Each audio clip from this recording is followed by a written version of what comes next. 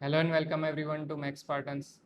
તો આજે આપણે પીએસઆઈ એમટીનું જે પેપર લેવાયું છે કાલે એનું સોલ્યુશન કરીશું. એમાં માત્ર 100 માર્ક્સનું જ કરીશું આપણે. જે ટેકનિકલ સેક્શન હતો 91 નંબરના ક્વેશ્ચનથી 190 નંબરના ક્વેશ્ચન સુધી એનું આપણે એનાલિસિસ બી કરીશું અને એનું સોલ્યુશન પણ જોઈશું. Okay, so let's start. તો સૌથી પહેલાં આપણે એનાલિસિસ જોઈ લઈએ. વેઇટેજ આમાં છે ને બહુ જ સરસ રીતે આપેલું આ લોકોએ, જેણે પણ પેપર બનાવ્યું છે પેપર સેટરે, દરેક સબ્જેક્ટમાં ઓલમોસ્ટ ઇક્વલ વેઇટેજ આપવાનો ટ્રાય કર્યો છે એમણે. 5 માર્ક, 6 માર્ક, 7 માર્ક, ક્યાંય વધારે પડતું પૂછવાનું કોઈ ઓછું પૂછવાનું એવું રાખ્યું નથી. તો એ બાબતે પેપર ઘણું જ સારું હતું. બરાબર, ઓલમોસ્ટ ઓલ ધ સબ્જેક્ટ જે છે એ ઇક્વલ વેઇટેજમાં પૂછ્યા હતા. 5, 6 ને 7 આની રેન્જની બહાર ગયા જ નથી. 5 to 7 માર્ક્સ. ખાલી આ બે ટોપિક હતા, જે હાઇબ્રિડ વ્હીકલ ને એઆઈએમએલ, આમે એમાં બહુ ક્વેશ્ચન બને એવા છે નહીં, એટલે એ ઓછું પૂછ્યું. એના સિવાય જેટલું પણ પૂછ્યું દરેક ટોપિકમાંથી એ એકદમ યુનિફોર્મલી રાખ્યું છે. ઘણા બધાને ફીલ થયું છે કે આ પેપર ઘણું ટફ હતું. તો તમે જ્યારે બી જોશો, હું પહેલેથી કહેતો આવ્યો છું, કોઈ બી કોમ્પિટિટિવ એક્ઝામની પ્રિપરેશન કરતા હો ને તો તમે સીધું ગેટ અને એન્જિનિયરિંગ સર્વિસીસ લેવલની જ તૈયારી કરો, એના પીવાયક્યુ સોલ્વ કરો અને એના બેસિસ ઉપર જો તૈયારી કરશો ને તો તમને કોઈ જ પેપર અઘરું લાગશે નહીં, ક્યાંય તમને સરપ્રાઈઝ નહીં મળે.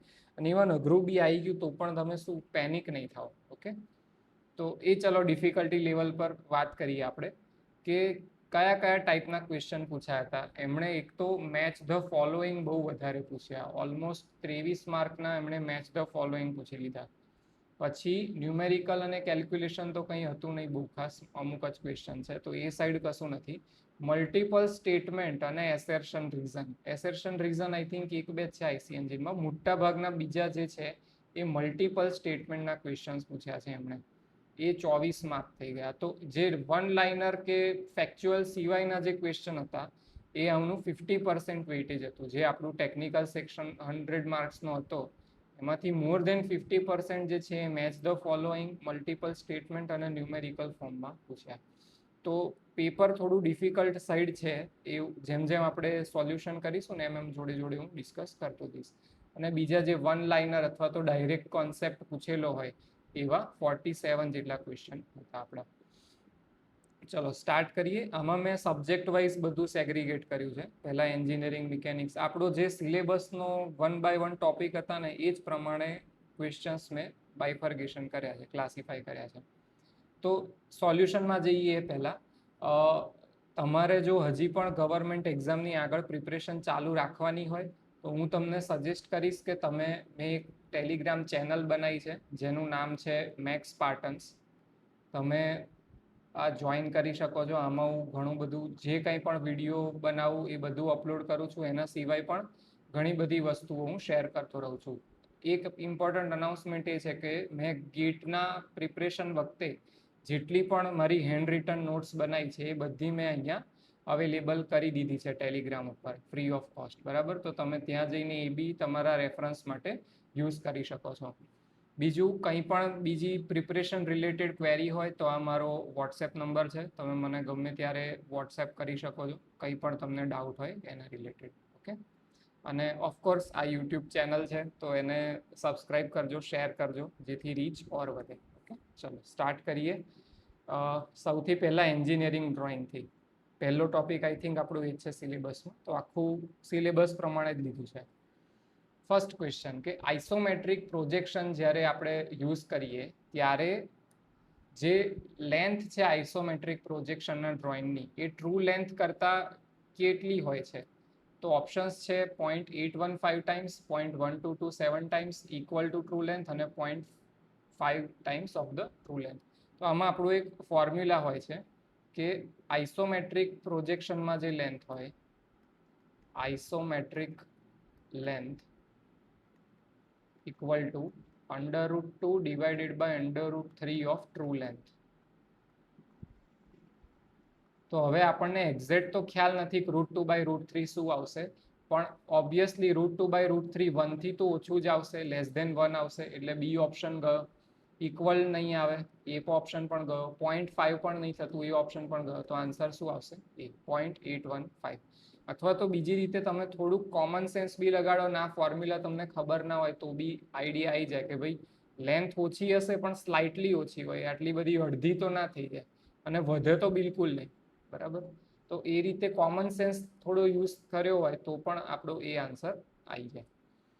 નેક્સ્ટ, આ તો ડેફિનેશન જ આપી છે કે the curve generated by a point on a circumference of a circle, મતલબ કે આ રીતે એક મોટું સર્કલ છે, એની ઉપર એક નાનકડું સર્કલ ટ્રાવેલ કરે છે, ગોળ ગોળ ફરે છે, તો એના ઉપરનો આ જે પોઈન્ટ જે કર્વ બનાવશે એ કર્વને શું કહેવાય? It rotates without slipping along another circle outside it, outside કરે છે, એ પણ જરૂરી છે.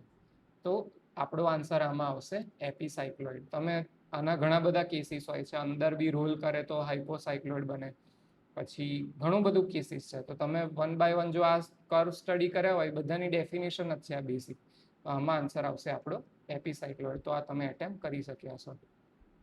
Next, for a point which is 2 cm below the horizontal plane and 3 cm behind the vertical plane will have, શું થશે? અને કયામાં વાત કરે છે? ફર્સ્ટ એંગલ પ્રોજેક્શનમાં. તો આપણે આવી રીતે સિમ્પલ દોરીએ તો આ આપણું લેટ્સ સે હોરિઝોન્ટલ પ્લેન છે, આ છે વર્ટિકલ પ્લેન. હોરિઝોન્ટલ પ્લેનથી 2 સેન્ટીમીટર નીચે છે, બરાબર, અહીંયાથી 2 સેન્ટીમીટર દૂર છે, અને વીપી જે છે એની 3 સેન્ટીમીટર પાછળ છે. તો આ સાઈડ આપણે ફ્રન્ટ ગણીએ છીએ અને આ સાઈડ આપણે બેક ગણીએ છીએ. તો અહીંયા ક્યાંક આપણો પોઈન્ટ સિચ્યુએટેડ છે, અહીંયા 3 સેન્ટીમીટર. તો આ પોઈન્ટને એવું કહે છે કે જ્યારે આપણે 2D માં ડ્રોઈંગ બનાવીશું આનું, તો અહીંયા તમે 3D જુઓ ને તો અહીંયા આપણી રેફરન્સ લાઈન આવે, બરાબર. આ એચપી છે, આ વીપી છે. તો અહીંયા ક્યાંક પોઈન્ટ છે. તો જ્યારે આપણે ડ્રોઈંગ બનાવવા જઈએ ને ત્યારે આ પ્લેનને ઉપરની બાજુ રોટેટ કરીએ અને આને નીચેની બાજુ રોટેટ કરી દઈએ છીએ. આનો ફ્રન્ટ વ્યૂ કયા પ્લેન ઉપર આવશે? આ પ્લેન ઉપર. તો એ તો આપણી રેફરન્સ લાઈન જે છે એક્સ વાય એની નીચે જ આવ્યો. તો બિલો તો આવી ગયું કે બિલો એક્સ વાય, કયો વ્યૂ? Front view. અને ટોપ વ્યૂ જ્યારે જોવા જઈશું તો ટોપ વ્યૂ આપણા આ સાઈડના પ્લેન ઉપર અહીંયા ક્યાંક આવશે. તો એને આપણે રોટેટ કરીને ઉપર લાવીશું એટલે જે ટોપ વ્યૂનો પોઈન્ટ છે એ રોટેટ થઈને ઉપર આવી જશે રેફરન્સ લાઈનની. તો અબોવ એક્સ વાય કયો થશે? Top view. તો top view above X Y અને બિલો આ front view below X Y reference line અને top view above xy reference line. તો આમાં આન્સર આવશે બી. When a line is inclined to both horizontal and vertical planes, then its projections are, જ્યારે કોઈ એક line આ રીતે તમારા હોરિઝોન્ટલ અને વર્ટિકલ પ્લેન બંને જોડે કંઈક ઇન્ક્લિનેશન એંગલ બનાવતું હોય, હવે આમાં ડ્રો નહીં કરી શકું, આમાં તમારે જાતે ઇમેજિન જ કરવું પડશે એકચ્યુઅલી. તમે કોઈ બે પ્લેન લો અને આ રીતની લાઈન વિચારો અને આમ ફ્લેશ લાઇટ રાખો મોબાઈલની અને એ લાઈનને રોટેટ કરવાનો ટ્રાય કરો. તો એનાથી એ રીતે એક્સપેરિમેન્ટ કરશો ને તો તમને ખ્યાલ આવશે. વિઝ્યુઅલાઇઝેશનનો ગેમ છે આ. તો આમાં એકચ્યુઅલી આન્સર આવે છે કે તમારી જે પ્રોજેક્શન લેન્થ હશે એ શોર્ટર ધેન ટ્રુ લેન્થ હશે, ટ્રુ લેન્થ કરતાં નાની હશે, અને incline to X Y surface line જે એંગલ બનાવશે એ ટ્રુ કરતાં મોટો બનાવશે. તો આપણા 1 અને 2 સ્ટેટમેન્ટ સાચા છે. આમાં આન્સર વિલ બી એ, બરાબર. આનું કોઈ એવું થિયોરેટિકલ શું કહેવાય એક્સપ્લેનેશન નથી. તમે એને જાતે જ વિઝ્યુઅલાઇઝ કરશો ને, અને એનો સારામાં સારો રસ્તો એ જ છે, એક પેન લેવાની અને અંધારા રૂમમાં જઈને મોબાઈલની ફ્લેશ લાઇટથી તમે એને રોટેટ કરીને જોશો ને ત્યારે તમને આમ પરફેક્ટ આઈડિયા આવી જશે કે ભાઈ એંગલ પર શું ઇફેક્ટ થાય છે, લેન્થ ઉપર શું ઇફેક્ટ થાય છે આ રોટેશનથી. Okay, next.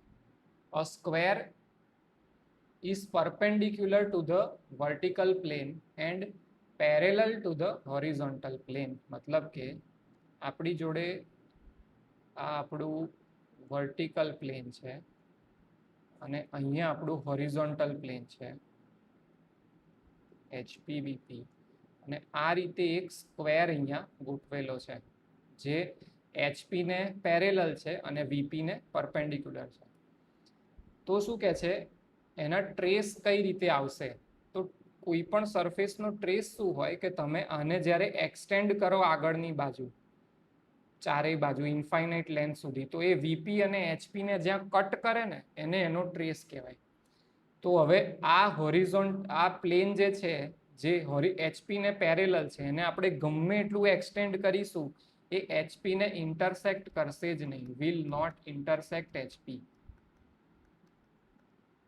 આપણું હોરિઝોન્ટલ પ્લેન જે છે એને ઇન્ટરસેક્ટ જ નહીં કરે, મતલબ કે એચપી ઉપર એનો કોઈ ટ્રેસ જ નહીં આવે, બરાબર. તો એવો એક જ ઓપ્શન છે કે જેમાં નો હોરિઝોન્ટલ ટ્રેસ લખેલું છે, and that answer is B, બરાબર. અને વર્ટિકલ ટ્રેસ જે છે એ parallel to XY reference line હશે. આ રીતે આનો વર્ટિકલ ટ્રેસ આવશે XY ને પેરેલલ.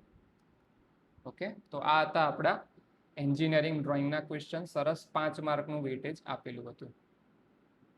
આમાં ઘણા બધા ક્વેશ્ચન અમુક ડિફિકલ્ટ કહી શકાય, જેમ કે જેને કોઈને આવી રીતનું વિઝ્યુઅલાઇઝેશન કરવું ડાયરેક્ટ એક્ઝામમાં અઘરું પડે તો ચોથો ક્વેશ્ચન કદાચ ડિફિકલ્ટ થયો હશે. જુઓ, આ ઇઝી હતો. આ જેણે ડેફિનેશન કરી હોય રેડી બધી, એના માટે આ અઘરું નહોતું. આ પણ ઇઝી જ કહી શકાય. આ તો સિમ્પલ લોજિકથી પણ થઈ શકતો હતો.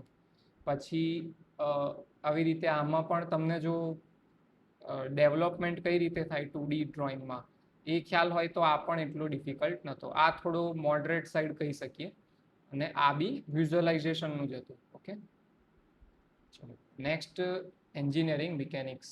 હવે પહેલો ક્વેશ્ચન શું કહે છે? Tangential component of acceleration of a particle in curvilinear motion accounts due to. હવે જ્યારે પણ ટેન્જેન્શિયલ એક્સલરેશન થતું હોય એનો મતલબ કે એનું જે વેલોસિટીનો મેગ્નિટ્યુડ છે એ ચેન્જ થઈ રહ્યો છે. ઓકે, ક્યાં કે તમારો જે ડાયરેક્શનનો ચેન્જ આવે એનાથી કયું આવે? સેન્ટ્રીપિટલ એક્સેલરેશન આવે. ઓકે, અને અથવા તો રેડિયલ કહી શકો તમે. પણ ટેન્જેન્શિયલ કોમ્પોનન્ટ જે છે એક્સેલરેશનનો એ કોના લીધે આવશે?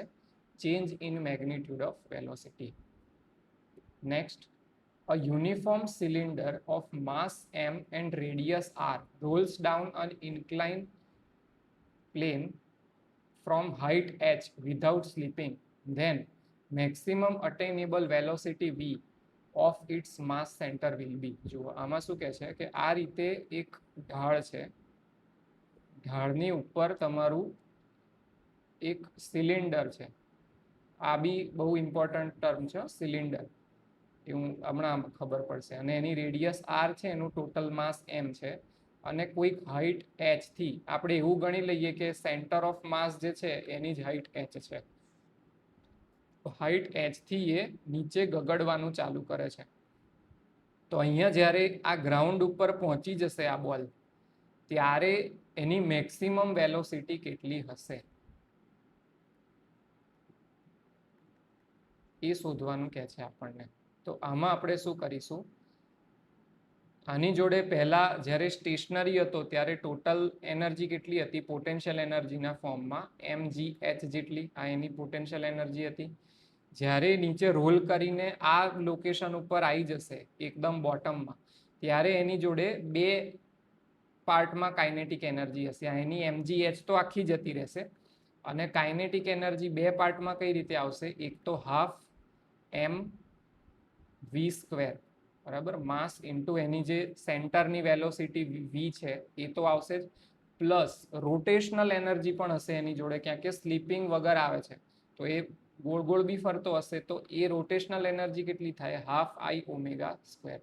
તો આ બંનેને જ્યારે ઇક્વેટ કરી દઈએ ત્યારે આપણો આન્સર આવી જશે. આમાં આપણે વેલોસિટી શોધવાની છે.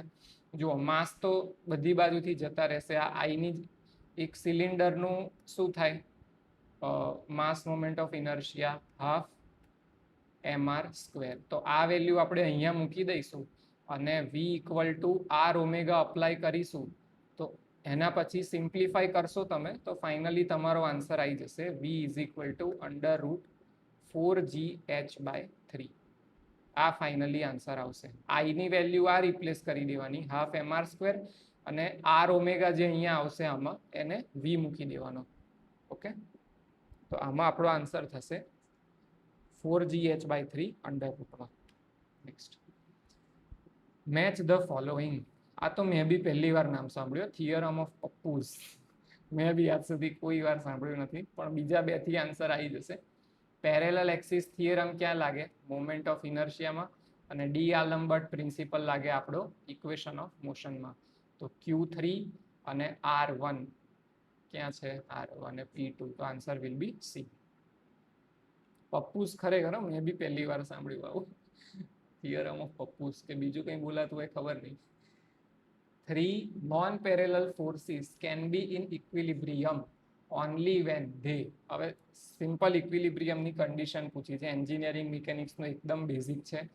બધા એક પ્લેનમાં હોવા જોઈએ, એકબીજાને ઇન્ટરસેક્ટ બી કરતા હોવા જોઈએ એક પોઈન્ટ ઉપર, અને જ્યારે એમને તમે વેક્ટર ફોર્મમાં ટ્રાયેંગલના ફોર્મમાં ગોઠવો તો એક ક્લોઝડ ટ્રાયેંગલ બનવો જોઈએ. ત્રણ કન્ડિશન સેટિસ્ફાય થાય તો જ આ 3 નોન પેરેલલ ફોર્સિસ જે છે ઇક્વિલિબ્રિયમમાં કહેવાશે. ઓકે, તો ડી ઇઝ કરેક્ટ. બધા સ્ટેટમેન્ટ સાચા છે.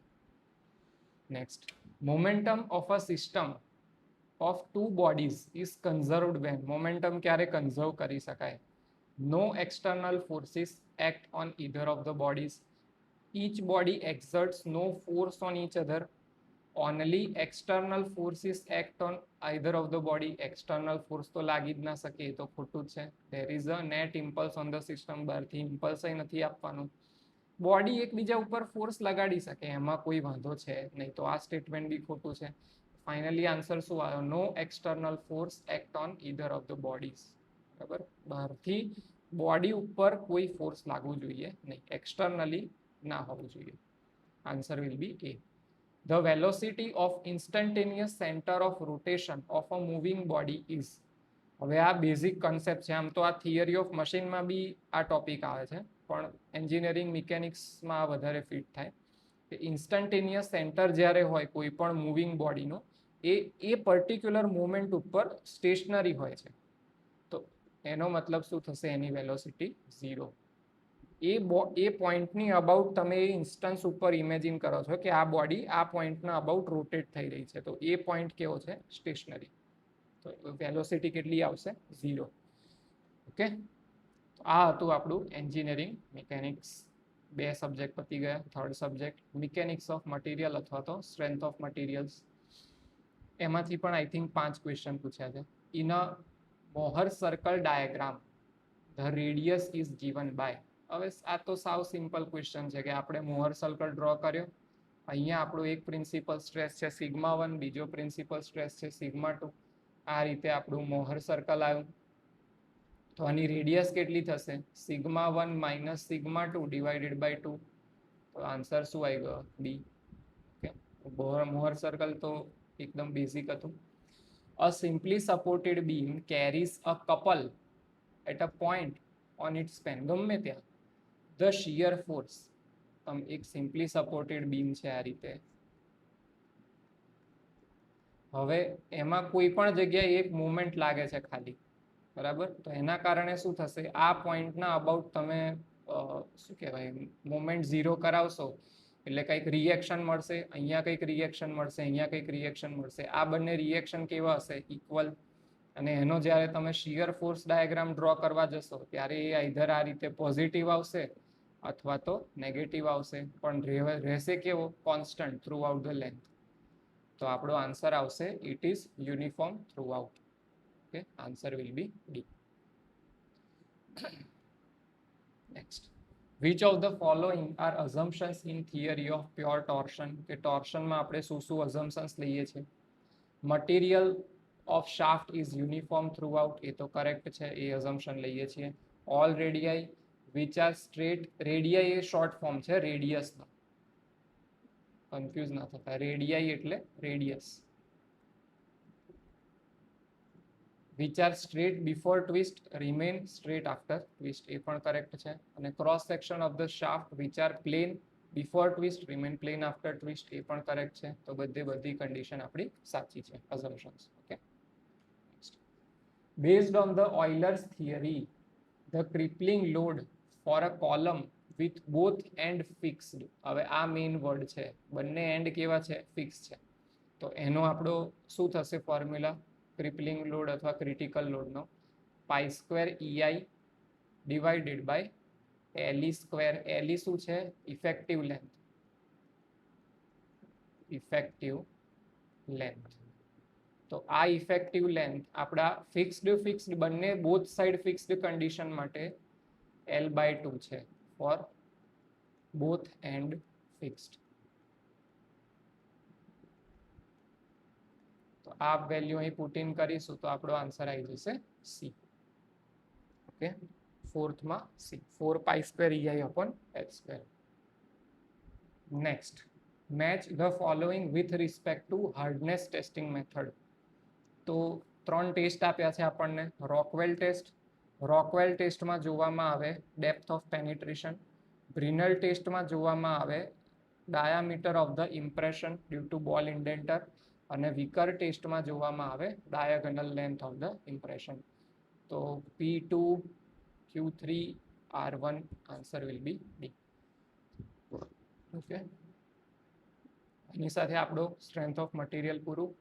Next subject theory of machine. આમાં પેપર મને જે સેમ્પલ મળ્યું હતું ને એમાં સૌથી સારી વાત એ હતી બધા સબ્જેક્ટના ભેગા આપ્યા હતા. તો એક્ઝામમાં પણ એ સારું રહે ભાઈ, એકવાર તમે એક સબ્જેક્ટના ઝોનમાં જતા રહ્યા ને પછી એ સબ્જેક્ટના જ ક્વેશ્ચન આવવાના છે, આપણે એના માટે તૈયાર રહીએ. પહેલો જ ક્વેશ્ચન કેમમાંથી પૂછી લીધો, મને બિલકુલ આ ટોપિક નહીં ગમતો. The pressure angle of a કેમ ડિપેન્ડ્સ ઓન ધ. હવે પ્રેશર એંગલ સૌથી પહેલા હોય શું? આ રીતની આપણી કોઈ કેમ છે ધારો કે, અને આ પોઈન્ટના અબાઉટ એ રોટેટ થાય છે. અહીંયા ક્યાંક આપણું નાઇફ એજ છે આ રીતે.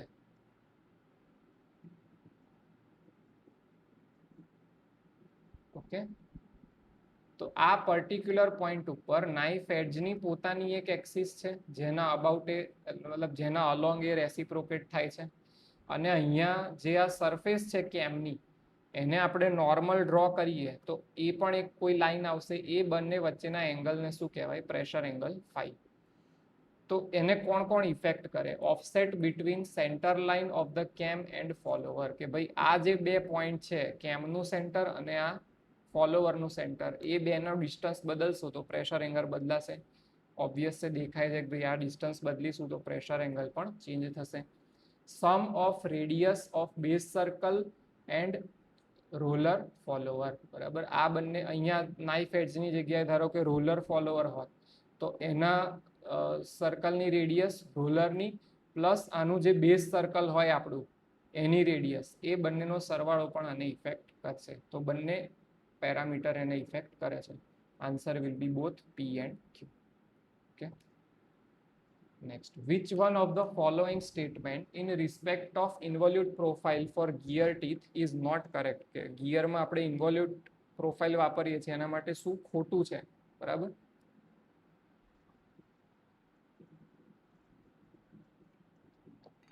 પહેલું છે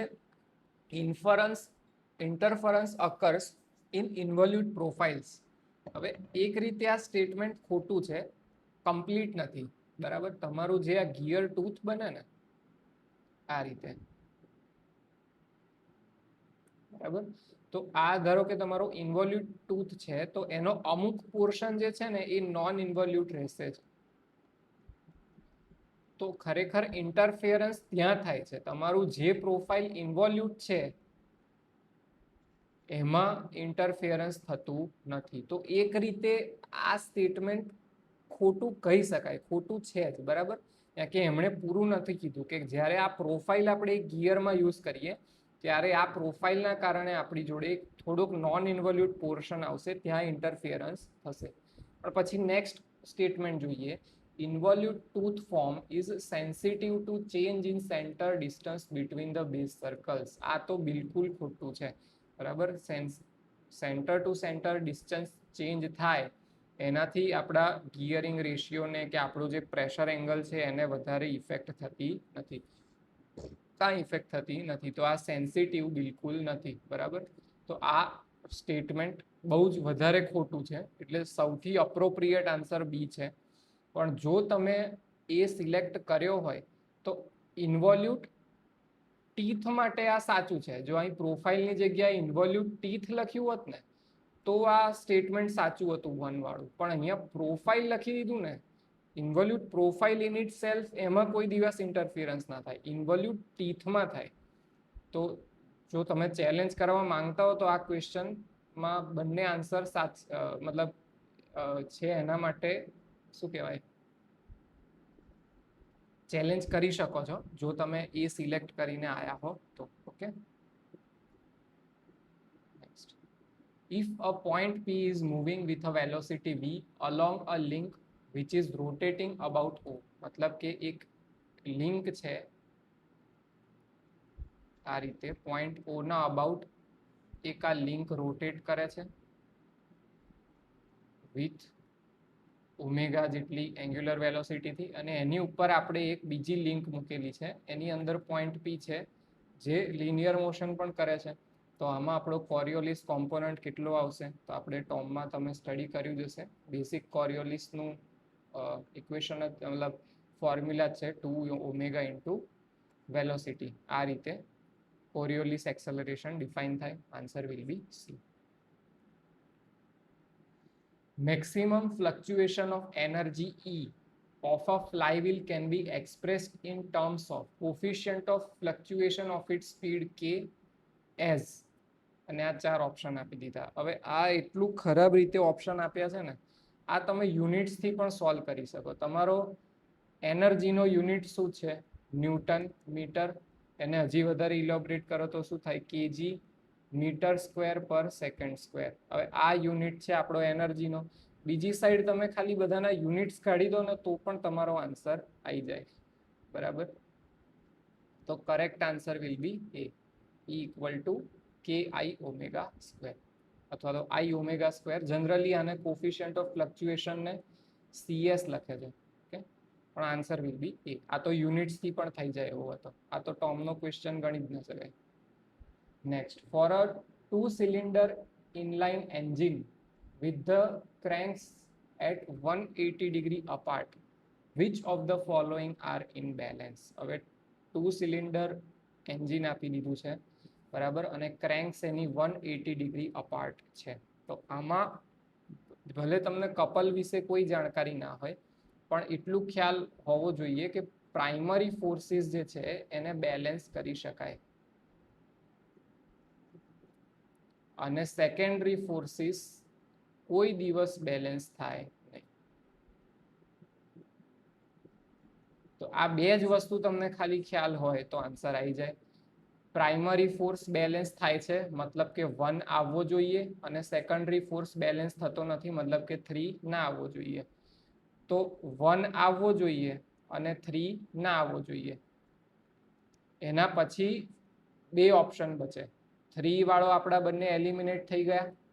હવે આવ્યું 1 and 2 અને 1 and 4, કે ભાઈ પ્રાઇમરી ફોર્સ અને પ્રાઇમરી કપલ બંને બેલેન્સ થશે કે પ્રાઇમરી ફોર્સ અને સેકન્ડરી કપલ એ બે બેલેન્સ થશે. આમાં આન્સર છે સેકન્ડરી કપલ બેલેન્સ થઈ શકે છે. ઓકે, તો આપણો આન્સર આવશે 1 and 4. Answer will be D. આનું વધારે પડતું હું તમને કરાવવા બેસીશ ને તો અત્યારે બહુ ટાઈમ જશે, તો હમણાં આટલા પૂરતું યાદ રાખો. તમારે જો આમાં ડિટેલમાં આ ટોપિકમાં જવું હોય તો સ્ટડી કરી શકો છો યુટ્યુબમાંથી.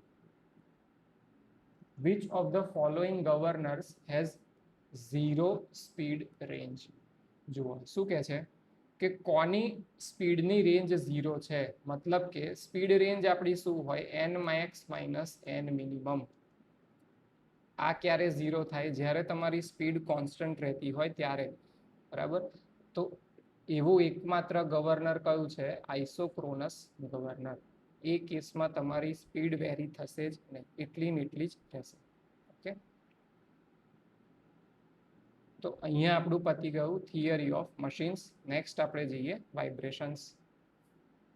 વાઇબ્રેશનમાં શું કહે છે, અ critical speed of a shaft is a speed at which the deflection of the shaft is. હવે આમાં થિયોરેટિકલી જોવા જઈએ ને તો આન્સર ઇન્ફાઇનાઇટ આવે, પણ ઇન્ફાઇનાઇટ ડિફ્લેક્શન એકચ્યુઅલી પોસિબલ નથી. એક મેક્સિમમ પોસિબલ ડિફ્લેક્શન આવે, એના પછી આપણી શાફ્ટ બ્રેક થઈ જાય. તો આમ થિયોરેટિકલી આન્સર સી આવે, ઇન્ફિનિટી. એક્ઝામ પૂરતું ઇન્ફિનિટી સિલેક્ટ કર્યું ચાલે, પણ પ્રેક્ટિકલી ઇન્ફિનિટી બંધ બેસતું નથી. Okay, next, in case of damped free oscillations of a system with viscous damper, મતલબ કે તમારી જોડે એક વિસ્કસ ડેમ્પર છે અને તમારી જે સિસ્ટમ જે છે એ ઓસિલેટ થઈ રહી છે. તો શું કહે છે, amplitude ratio of successive oscillation is constant, amplitude difference of successive oscillations is constant, product of successive amplitude is constant અને sum of successive amplitude is constant. તમે જો વાઇબ્રેશન્સમાં સ્ટડી કર્યું હોય તો આ રીતે એનું ડિક્રીઝ થાય અને એ કેવું હોય, રેશિયો સેમ હોય. મતલબ કે અહીંયા ધારો કે આ છે x2 અને અહીંયા છે x3 અને અહીંયા નેક્સ્ટ છે x4 અને આગળ આવશે x5. તો આ બંને જે એડજેસન્ટ એમ્પ્લિટ્યુડ્સ છે એ બધાના ડિક્રીઝનો જે રેશિયો છે એ કોન્સ્ટન્ટ રહેશે.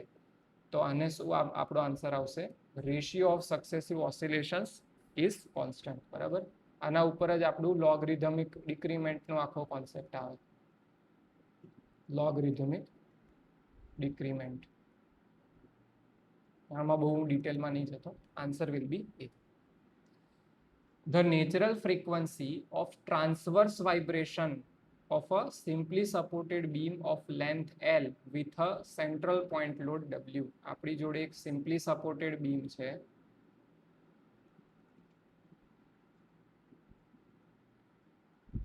એનો ઉપર W જેટલો લોડ લાગેલો છે.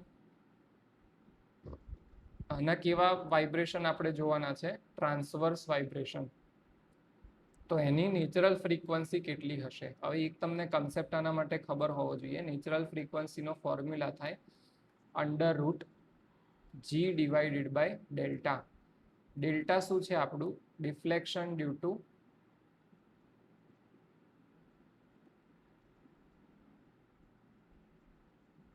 Applied load.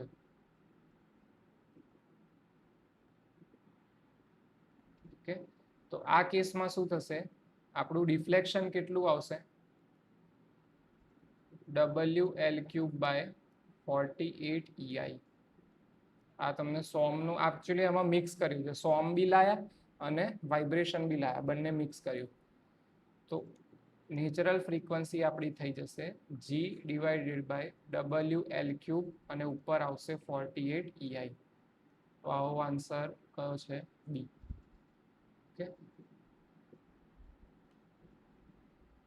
for a vibrating system with a vibration isolation, if the frequency ratio ω/ωn is greater than √2, આ √2 છે, the transmissibility is, હવે આમાં તમે ગ્રાફ જોશો ને તો કઈ રીતે આવે તમારો ટ્રાન્સમિસિબિલિટીનો,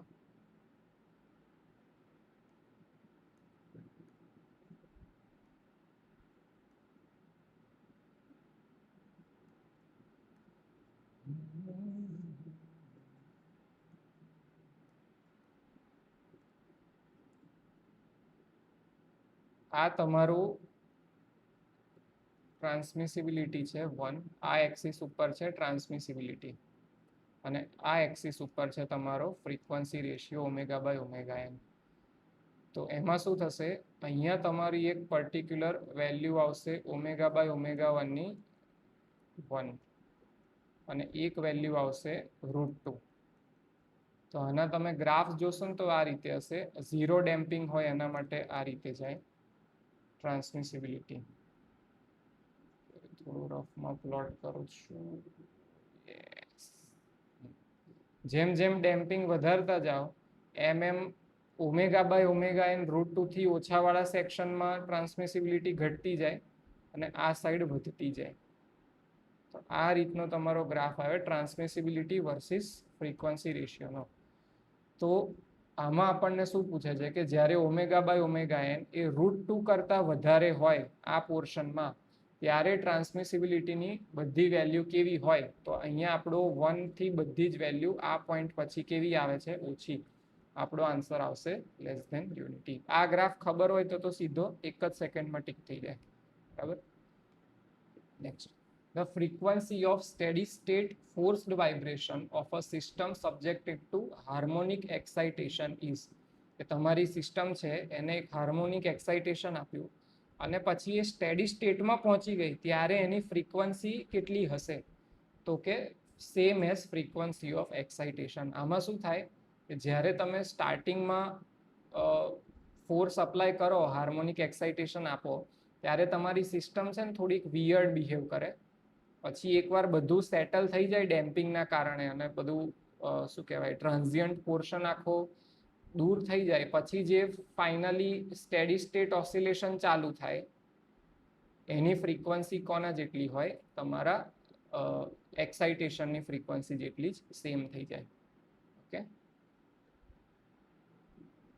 અને લાસ્ટ ક્વેશ્ચન આ વાઇબ્રેશનનો. The phase angle between displacement vector and force vector in case of a harmonic vibration is at what angle irrespective of damping. બરાબર, એક ડિસ્પ્લેસમેન્ટ વેક્ટર આમાં એક તમને ડ્રો કરીને બતાવી દઉં.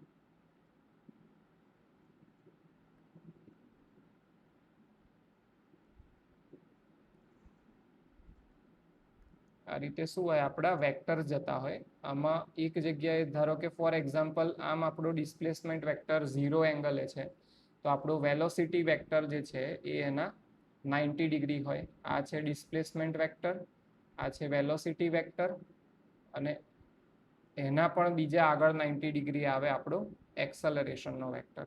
ઓકે, તો આમાં આપણો ફોર્સનો જે વેક્ટર છે, જ્યારે શું કહેવાય હાર્મોનિક વાઇબ્રેશન થાય રેઝોનન્સ પર, ત્યારે આને કોઇન્સાઇડ કરી જાય વેલોસિટી જોડે. તો જ્યારે ફોર્સ વેક્ટર જે છે એ રેઝોનન્સ સમયે વેલોસિટી જોડે કોઇન્સાઇડ કરી દે છે, ત્યારે આપણા ડિસ્પ્લેસમેન્ટ વેક્ટર જોડે કેટલો એંગલ બનાવે છે, 90 degree. Answer will be C. Okay,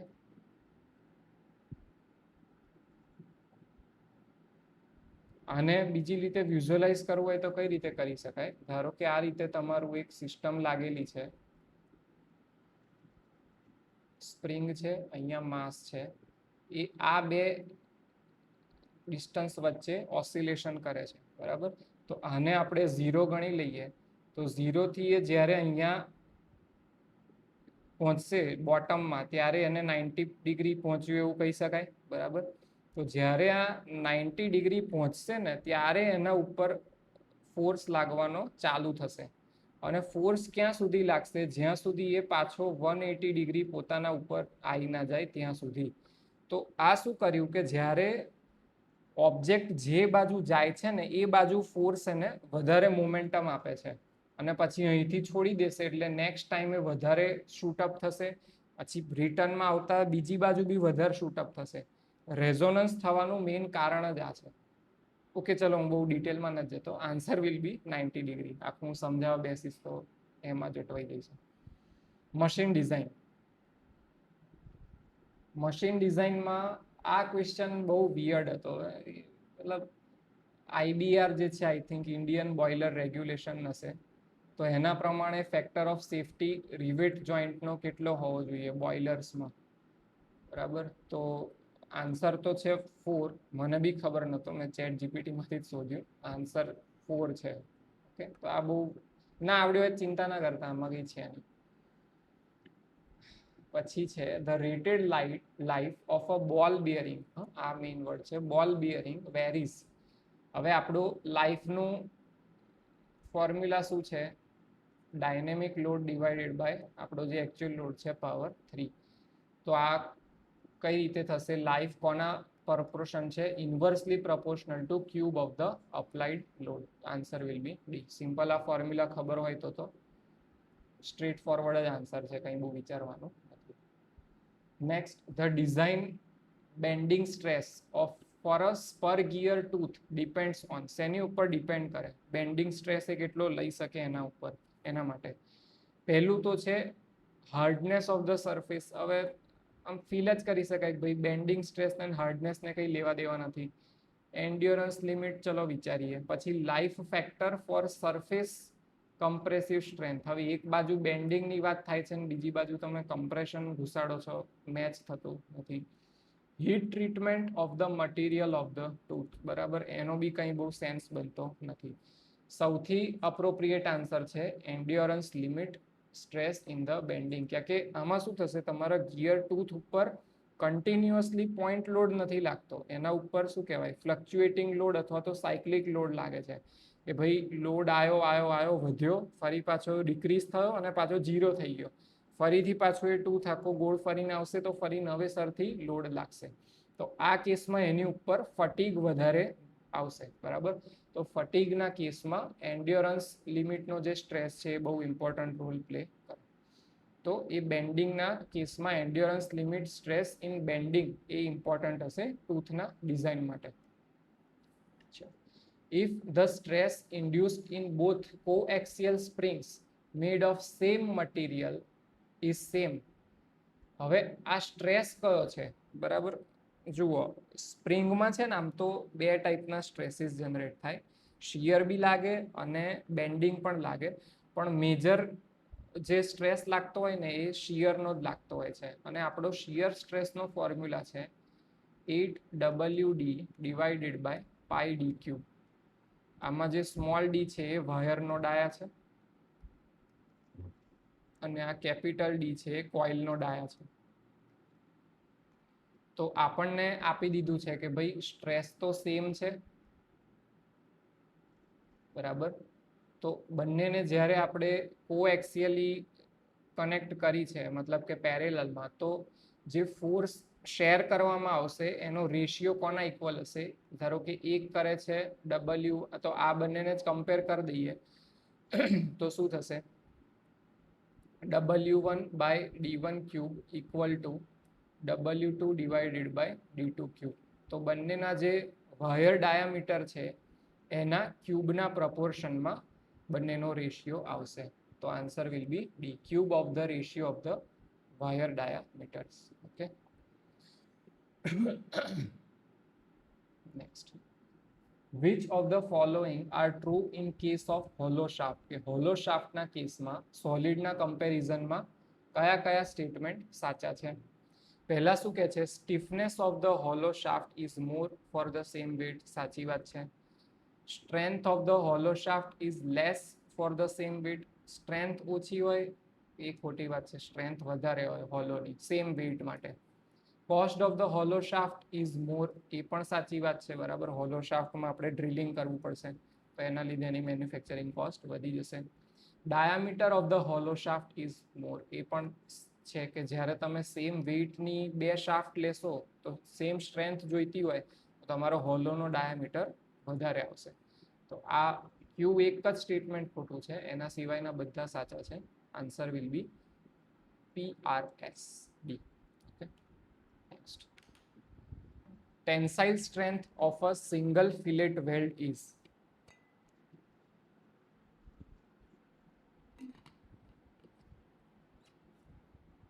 આમાં આ લોકો અહીંયા પરમિસિબલ સ્ટ્રેસ મલ્ટીપ્લાય કરવાનું ભૂલી ગયા. દરેક ઓપ્શનની અંદર સિગ્મા ટી પરમિસિબલ એમણે મલ્ટીપ્લાય કરીને આપવો પડે.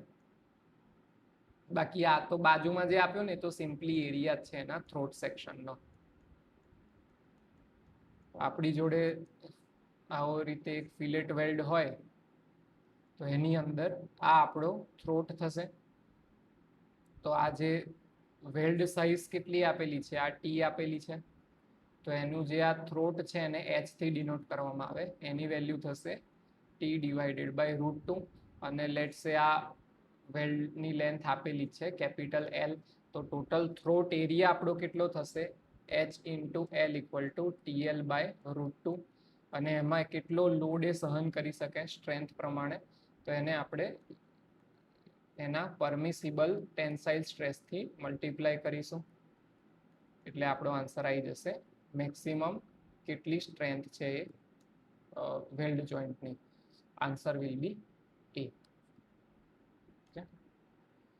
તો અહીંયા આપણું પત્યું MD મશીન ડિઝાઇન પણ કમ્પ્લીટ. નેક્સ્ટ જઈએ હીટ ટ્રાન્સફર. હીટ ટ્રાન્સફરમાં સૌથી વધારે આઈ થિંક ક્વેશ્ચન પૂછ્યા, 7 ક્વેશ્ચન પૂછ્યા છે આપણે.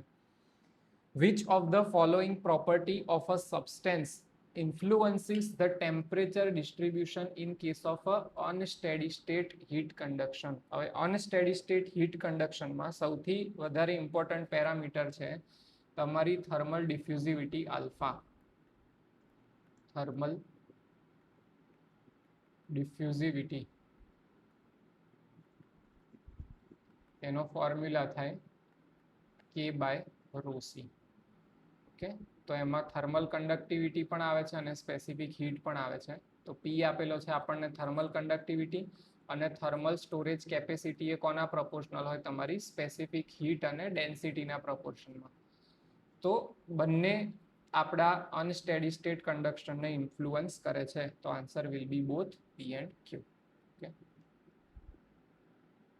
Next, which of the following equations represent steady state heat conduction equation when there is no heat generation? આપણું generalized one dimensional heat conduction equation લખીએ તો કેવું આવશે?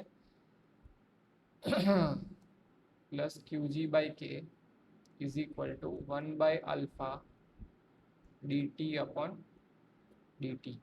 આ રીતે આપણું આ generalized heat conduction equation છે. તો આમાં શું કહે છે? સ્ટેડી સ્ટેટ છે, મતલબ કે ટાઈમ સાથે કોઈ ચેન્જ થતો નથી, 0. હીટ જનરેશન પણ નથી થતી, આ પણ 0. તો બચ્યું શું? Simply d2T/dx² = 0. અને હજી બીજા આપણા કોઓર્ડિનેટ એડ કરી દઈએ આમાં, x, y અને z. તો આ આપણું ફૂલ જનરલાઇઝડ ઇક્વેશન થઈ જાય, 3 ડાયમેન્શનલ. તો આ જે ઇક્વેશન બન્યું આને કહેવાય લાપ્લાસ ઇક્વેશન. આ રીતનું જે ફોર્મ હોય એને. Okay, answer will B Laplace equation C. In forced convection, the rate of heat transfer primarily depends on. Forced convection માં આપણો કોઈ બી કન્વેક્શન હોય, H કોના પ્રોપોર્શનલ હોય? નસેલ્ટ નંબરના પ્રોપોર્શનમાં. અને નસેલ્ટ નંબર ફોર્સ્ડ કન્વેક્શનના કેસમાં કોનો ફંક્શન હોય છે? રેનોલ્ડ્સ નંબર અને પ્રેન્ટલ નંબરનો. તો કોણ આવશે જવાબદાર વ્યક્તિઓ? Reynolds number and Prandtl number A. Match the following mode of heat transfer અને ગવર્નિંગ લો. એકદમ સિમ્પલ છે. કન્ડક્શન કોણ ભાઈએ આપ્યું? ફોરિયર ભાઈએ. કન્વેક્શન ન્યૂટન ભાઈએ. અને રેડિયેશન આપ્યું સ્ટીફન બોલ્ટ્ઝમેન ભાઈએ. P2Q1R3 answer will B B. Thermal energy radiated by a body is proportional to 4th power of the absolute temperature. Simple Stefan Boltzmann law છે, કઈ જરૂર નથી. સૌથી સહેલો ક્વેશ્ચન મને પૂછાયા હોય લાગ્યું ને તો હીટ ટ્રાન્સફરના છે. એકદમ મસ્ત પપલું ક્વેશ્ચન હતા. Which of the following અઝમ્પશન્સ are correct with respect of derivation of expression of LMTD? મતલબ કે એ લેવલ સુધી પૂછી લીધું કે ભાઈ LMTD નું તમારે ડેરિવેશન કરવાનું થાય, તમે શું અઝમ્પશન લેશો? અઝમ્પશન બધા ખુદ્દું આપી દીધા. Overall heat transfer coefficient constant, obviously over the length constant જ લઈશું. ફ્લો રેટ ને સ્પેસિફિક હીટ કોન્સ્ટન્ટ જ લઈશું. ફ્લો સ્ટેડી જ લઈશું. તો બધું સાચું જ છે. Answer will be D. Okay, next LMTD નો ફોર્મ્યુલા પૂછી લીધો એમણે. આપણો LMTD નો ફોર્મ્યુલા થાય ΔT1 minus ΔT2 divided by LN ΔT1 divided by ΔT2. આ રીતની સિક્વન્સમાં આ એક જ આન્સર આપેલો છે. આમાં થોડુંક નજીક લઈ ગયા છે, પણ અહીંયા T2 ઉપર છે ને T2 નીચે છે, T1 નીચે છે, એટલે આ ખોટું આવશે. Correct answer will be A. Okay, અહીં આપણું પતી ગયું. હીટ ટ્રાન્સફર બી થઈ ગયું. હવે આપણે નેક્સ્ટ જોઈએ છે થર્મોડાયનેમિક્સ. ઓકે, શું કે છે? ક્લોઝ એક બાજુ સિસ્ટમ અને પ્રોપર્ટી આપી દીધી અને બીજી બાજુ એના એક્ઝામ્પલ આપી દીધા. મેચ કરવાનું છે. ક્લોઝ સિસ્ટમ કોને કહી શકાય? તો કે સિલિન્ડરમાં ગેસ ભરેલો હોય એને ક્લોઝ સિસ્ટમ કહેવાય. આઇસોલેટેડ સિસ્ટમ તો આખું યુનિવર્સ છે એને જ આઇસોલેટેડ કહી શકીએ. ઓપન સિસ્ટમ તો કે બોઇલરને કહેવાય, એમાં પાણી આવે, સ્ટીમ બહાર જાય તો માસ પણ એક્સચેન્જ થાય છે. ઇન્ટેન્સિવ પ્રોપર્ટી કઈ છે? પ્રેશર. અને એક્સટેન્સિવ પ્રોપર્ટી છે ઇન્ટરનલ એનર્જી. 2-3 માં જ આન્સર આવી જશે. P4Q1R2S5 answer will be B. Yes. Next, match the following. હવે એક બાજુ લો આપી દીધા અને બેની બીજી બાજુ એના અમુક રિલેટેડ ટર્મ્સ આપી દીધી કે 0th લો ઓફ થર્મોડાયનેમિક્સ, તો એ કોના ઉપર કામ કરે? થર્મલ ઇક્વિલિબ્રિયમ ઉપર. ફર્સ્ટ લો ઓફ થર્મોડાયનેમિક્સ કોના પર કામ કરે? Conservation of energy. Second law of થર્મોડાયનેમિક્સમાં શું આવે? ક્લોસિયસ ઇનઇક્વાલિટી આવે. અને એન્થાલ્પી જે છે એ તમારું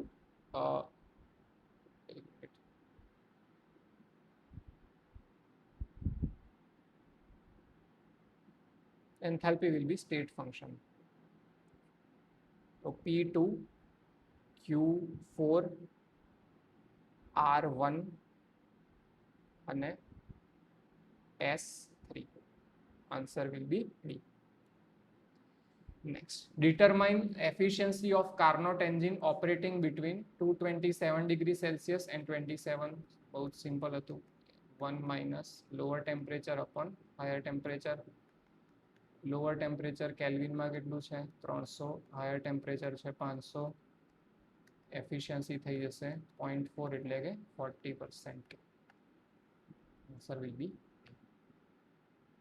if a system is supplied with heat at a rate of 50 watt, મતલબ કે અહીંયા આપણી જોડે એક સિસ્ટમ છે, એની અંદર હીટ આપે છે 50 કિલોવોટની અને વર્ક એક્સટ્રેક્ટ કરે છે 30 કિલોવોટથી, સોરી 30 વોટથી, 30 વોટ્સથી કામ બહાર કાઢી લેશે, તો અંદર એનર્જી કયા રેટથી ઇન્ક્રીઝ થશે? 50 minus 30, 20. Simple. Choose the correct statement from the following. Entropy is a point function. સાચી વસ્તુ છે, એન્ટ્રોપી એ પોઈન્ટ ફંક્શન છે. Entropy is an extensive property, એ પણ સાચી વસ્તુ છે. Entropy of a universe always decreases, decrease કરે નહીં, બરાબર. Entropy of universe always increases. તો થર્ડ સ્ટેટમેન્ટ ખોટું છે. Answer will be 1 and 2. Let's go next. Applications of thermodynamics, मतलब power plant, refrigeration, એના ક્વેશ્ચન આવશે. A refrigerator working on reverse Carnot cycle has COP of 3. COP refrigerator નો આપેલો છે 3. What is the COP of heat pump? heat pump no COP પૂછી લીધો છે. Simple correlation છે. રેફ્રિજરેટરના COP માં એક ઉમેરી દેવાનો. Answer will B 4. C. Okay, for the, હવે 3 સ્ટેટમેન્ટ જે છે ને, પહેલા 3 એ સેમ કમ્પ્રેશન રેશિયો અને હીટ ઇનપુટ માટેના જ છે. એમાં આપણને સિમ્પલી સિક્વન્સ શોધવાની છે. તો કરેક્ટ સિક્વન્સ છે સ્ટેટમેન્ટ 2 વાળી, કે ભાઈ સેમ કમ્પ્રેશન રેશિયોમાં સૌથી વધારે એફિશિયન્સી આવે ઓટોની, પછી આવે ડ્યુઅલની અને એના પછી આવે ડીઝલની. તો સ્ટેટમેન્ટ 2 કરેક્ટ છે. અને કોન્સ્ટન્ટ મેક્સિમમ પ્રેશર અને હીટ ઇનપુટ માટે 4 સાચું છે. પણ 2 and 4 ઓપ્શનમાં ક્યાંય નથી. તો આ જે આખો ક્વેશ્ચન જ જે છે એ ઇનકરેક્ટ છે. આન્સર આવશે 2 and 4. તો જો કોઈએ આન્સર કર્યો હોય ને ખોટો થઈ ગયો હોય તો આ એક્ઝામિનેશનમાંથી કેન્સલ કરાવવાનો થશે આ question. To be cancelled.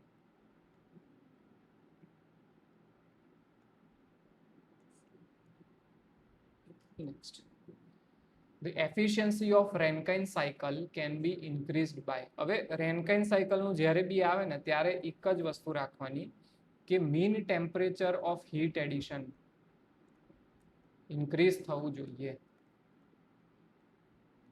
without affecting mean temperature of heat rejection. જો mean temperature of heat addition તમારું increase થતું હોય તો તમારી efficiency increase થશે. સ્ટીમ સુપરહીટ કરીશું, mean temperature of heat addition increase થશે. increasing the steam supply pressure, pressure increase કરીશું તો પણ mean temperature of heat addition વધશે. increasing the exhaust pressure of the steam, હવે આ જે છે આનાથી શું થશે? તમારું mean temperature of heat rejection increase થશે, જેનાથી એફિશિયન્સી ડિક્રીઝ થાય. જો આ ઇન્ક્રીઝ થાય તો ઈટા ડિક્રીઝ થાય, અને જો આ ઇન્ક્રીઝ થાય તો ઈટા ઇન્ક્રીઝ થાય. તો સ્ટેટમેન્ટ 3 ખોટું છે, એના સિવાયના 2 સાચા છે. Statement 1 and 2 are correct. બીજો બહુ સિમ્પલ ક્વેશ્ચન પૂછી લીધો કે VCRS માં જે સાયકલ હોય આખી એમાં કઈ કઈ પ્રોસેસીસ આવે, તો એક આવે આઇસેન્ટ્રોપિક કમ્પ્રેશન, પછી આવે constant pressure heat rejection, expansion at constant enthalpy, અને heat absorption at constant pressure. Answer will be B. આમાં કંઈ બહુ એક્સપ્લેન કરવા જેવું છે નહીં, ફટાફટ આગળ વધીએ. Match the following. Cooling and dehumidification ક્યાં યુઝ થાય? સમરમાં યુઝ થાય. હીટિંગ એન્ડ હ્યુમિડિફિકેશન વિન્ટરમાં યુઝ થાય. Heating and dehumidification industrial air કન્ડિશનિંગમાં યુઝ થાય.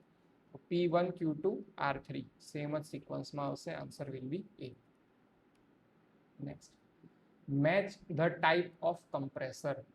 વેન બ્લોઅર તમે ના જોયું હોય તો એમાં એસેન્ટ્રિક એનું રોટર હોય અંદરનું, તો આન્સર આનો પી જોડે કનેક્ટ થશે 4, કે એમાં બહુ બધી વેન્સ હોય ઊભી, અને પેલું એસેન્ટ્રિક હોય, એના કારણે એક સાઈડ લો પ્રેશર રીજન થાય, બીજી બાજુ હાઈ પ્રેશર રીજન જનરેટ થાય.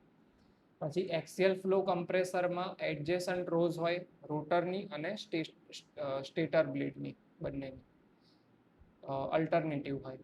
રૂટ બ્લોઅર એ તો અહીંયા ઓપ્શનમાં જ આપી દીધું, to rotor in the form of lobes, બરાબર. તો લોબ કમ્પ્રેસર બી એક એનું ટર્મ છે, તો રૂટ બ્લોઅર આવશે. અને સેન્ટ્રીફ્યુગલ કમ્પ્રેસર એ તો આપણને બધાને ખબર જ છે કે rotating impeller with radial vanes with a diffuser. તો આ રીતે આન્સર થાય છે. શું થાય છે? P4 Q3 R2 S1. Answer will be C. ચાલો, આની સાથે આપણું પતી ગયું અપ્લાઇડ થર્મોડાયનેમિક્સ. હવે જે ચાલુ કરીએ આપણે ફ્લુઇડ મિકેનિક્સ. ફ્લુઇડ મિકેનિક્સમાં પહેલો જ સ્ટેટમેન્ટ વાળો question. Newton's law of viscosity relates shear stress and rate of angular deformation. સાચી વાત છે, એકદમ correct statement. Body floats in stable equilibrium when metacentre is above the centre of gravity. તો સૌથી નીચે સેન્ટર ઓફ બોયન્સી, એની ઉપર centre of gravity, અને એની ઉપર મેટા સેન્ટર હોય તો કેવું કહેવાય? Stable equilibrium. તો આ સ્ટેટમેન્ટ પણ કરેક્ટ છે. Gauge pressure equal to absolute minus atmospheric pressure, આ પણ સાચું છે. Buoyant force is the resultant force acting on a floating body. હવે આ સ્ટેટમેન્ટ અધૂરું છે, આમાં સાચું પણ કહી શકાય ને ખોટું પણ કહી શકાય. સાચું ક્યારે હોત? Force acting on a floating body by fluid, આવું પાછળ એડ કરેલું હોત ને તો આ કમ્પ્લીટલી સાચું સ્ટેટમેન્ટ થાત, પણ આ અધૂરું છોડી દીધું છે, બાય ફ્લુઇડ લખ્યું નથી. તો આનો મોસ્ટ અપ્રોપ્રિએટ આન્સર આ ખોટું સ્ટેટમેન્ટ કહેવાશે. ઓનલી 1, 2, 3 સાચા છે. આન્સર શુડ બી એ. પણ જરૂરી નથી કે ફાઇનલ આન્સર કીમાં એ જ આવે. પોસિબિલિટી છે કે D can also B correct. બરાબર, આ ચેલેન્જ કરવો હોય તો કરી શકાય. જો ડી કરેક્ટ આપે ફાઇનલ આન્સર કીમાં તો તમે આ ક્વેશ્ચન ચેલેન્જ કરી શકો કે ભાઈ બોયન્ટ ફોર્સ જે છે એ resultant force acting on a floating body due to fluid અથવા તો વોટર, કે જે કોઈ પણ લિક્વિડ ઉપર એ ફ્લોટ કરે છે, એ લિક્વિડના કારણે રિઝલ્ટન્ટ ફોર્સ જે આવે એને કહેવાય બોયન્ટ ફોર્સ. બાકી એનું તો પોતાનું વેઇટ પણ છે, બીજા ઘણા બધા ફોર્સિસ લાગતા હોઈ શકે એના ઉપર. જરૂરી નથી કે માત્ર ને માત્ર બોયન્સી ફોર્સ જ રિઝલ્ટન્ટ ફોર્સ છે. ઓકે, તો આ કાં તો એક્ઝામિનરને લખવામાં ટાઈપ કરવામાં કંટાળો આવ્યો હશે એટલે અહીંયા એણે છોડી દીધું. બાકી આ સ્ટેટમેન્ટને જો ફોર્થને સાચું ગણવું હોય તો એમણે આખું સ્ટેટમેન્ટ લખવું પડે કે ભાઈ બાય લિક્વિડ. ઓકે, તો આમાં મારા તરફથી તો એ કરેક્ટ આન્સર હોવો જોઈએ, બટ ફાઇનલ આન્સર કીમાં એ લોકો ડી પણ આપી શકે છે. અને જો એ ડી આપે તો તમે ચેલેન્જ કરજો કે ભાઈ એ બી કરેક્ટ હોઈ શકે. આપણું જે ફોર્થ સ્ટેટમેન્ટ છે એ કમ્પ્લીટલી ટ્રુ નથી. A circular plate of area 5 square metre, area આપી દીધો છે આપણને 5 સ્ક્વેર મીટર, એટલે કે 5 metre square, is immersed in water, પાણીમાં ડૂબેલું છે. Its greatest and least depth below the free surface being 3 meter and 1 meter. તો એમાં કેવું આપેલું છે કે આ રીતે એક પાણી ભરેલું, મતલબ પાણીનું લેવલ છે, એની અંદર આપણે આપણી આ સર્ક્યુલર પ્લેટ ડૂબાડેલી છે, જે ઉપર ટોપ વાળી સરફેસ જે કેટલી ડૂબેલી છે 1 મીટરથી, અને જે આ બોટમ પોઈન્ટ છે એ કેટલું છે 3 મીટર. જરૂરી નથી કે સર્ક્યુલર પ્લેટ વર્ટિકલ જ હોય, આમ ઇન્ક્લાઇન પણ હોઈ શકે, પણ એનાથી કાંઈ ફેર પડશે નહીં. આનું જે સેન્ટર આવશે સીજી એની ડેપ્થ કેટલી હશે આપણને તો એની જોડે જ લેવા દેવા છે, બરાબર. 2 મીટર હશે આ બંનેનું એવરેજ. તો સીજીની ડેપ્થ હશે 2 મીટર, તો એ જગ્યાએ પ્રેશર કેટલું લાગતું હશે? હાઇડ્રોસ્ટેટિક ફોર્સનો ફોર્મ્યુલા છે ρ g એ એક્સ બાર, બરાબર. ρ g આપણને આપેલો છે 10 કિલો ન્યૂટન, એરિયા આપણને આપેલો છે 5, અને એક્સ બાર આપણને મળી ગયો છે 2 મીટર. તો આન્સર આવશે 100 kilo newton. Answer will be B. Okay, next stream line, streak line અને પાથ લાઇન ત્રણેયની ડેફિનેશન પૂછી છે આપણને. સૌથી પહેલા જોઈ લઈએ સ્ટ્રીમ લાઇન. તો એની સામેવાળું સ્ટેટમેન્ટ સાચું છે. Imaginary curve drone through a flowing fluid in such a way that tangent to it at any point gives direction of the velocity. તો સ્ટ્રીમ લાઇન તો 1 જોડે જ કનેક્ટ થઈ જાય છે. પાથ લાઇન કોની જોડે કનેક્ટ થાય છે? Line traced by a single fluid particle as it moves over a period of time. તો પાથ લાઇન 2 જોડે કનેક્ટ થાય છે. અને સ્ટ્રીક લાઇન આવશે line that is traced by fluid particles. ખરેખર અહીંયા એસ આવવો જોઈએ, fluid particles હોવું જોઈએ. fluid particles passing through a fixed point in a flow field. Okay, તો answer will be P1 Q3 R, P1 Q3 R. તો answer will be A. Okay, next venturimeter નો question આપ્યો છે. એક horizontal વેન્ચ્યુરીમીટર છે. The velocity of flow in the main pipe is greater and the pressure is lesser than at the throat section. બિલકુલ ખોટી વાત છે. તમે આ રીતે હોરિઝોન્ટલ વેન્ચ્યુરી ગોઠવેલું હોય તો થ્રોટ ઉપર એરિયા સૌથી ઓછો છે, મતલબ કે અહીંયા વેલોસિટી વધારે હશે. V2 will be greater than V1, અને પ્રેશર ત્યાં ઓછું હશે, P2 will be less than P1. તો velocity of flow in the main pipe is lower and pressure is larger than at the throat section. 2 સાચો છે. અને pressure difference between main pipe and throat section is positive, બરાબર. P1 minus P2 જે છે એ શું આવશે? Positive આવશે. Answer will B 2 and 3 B.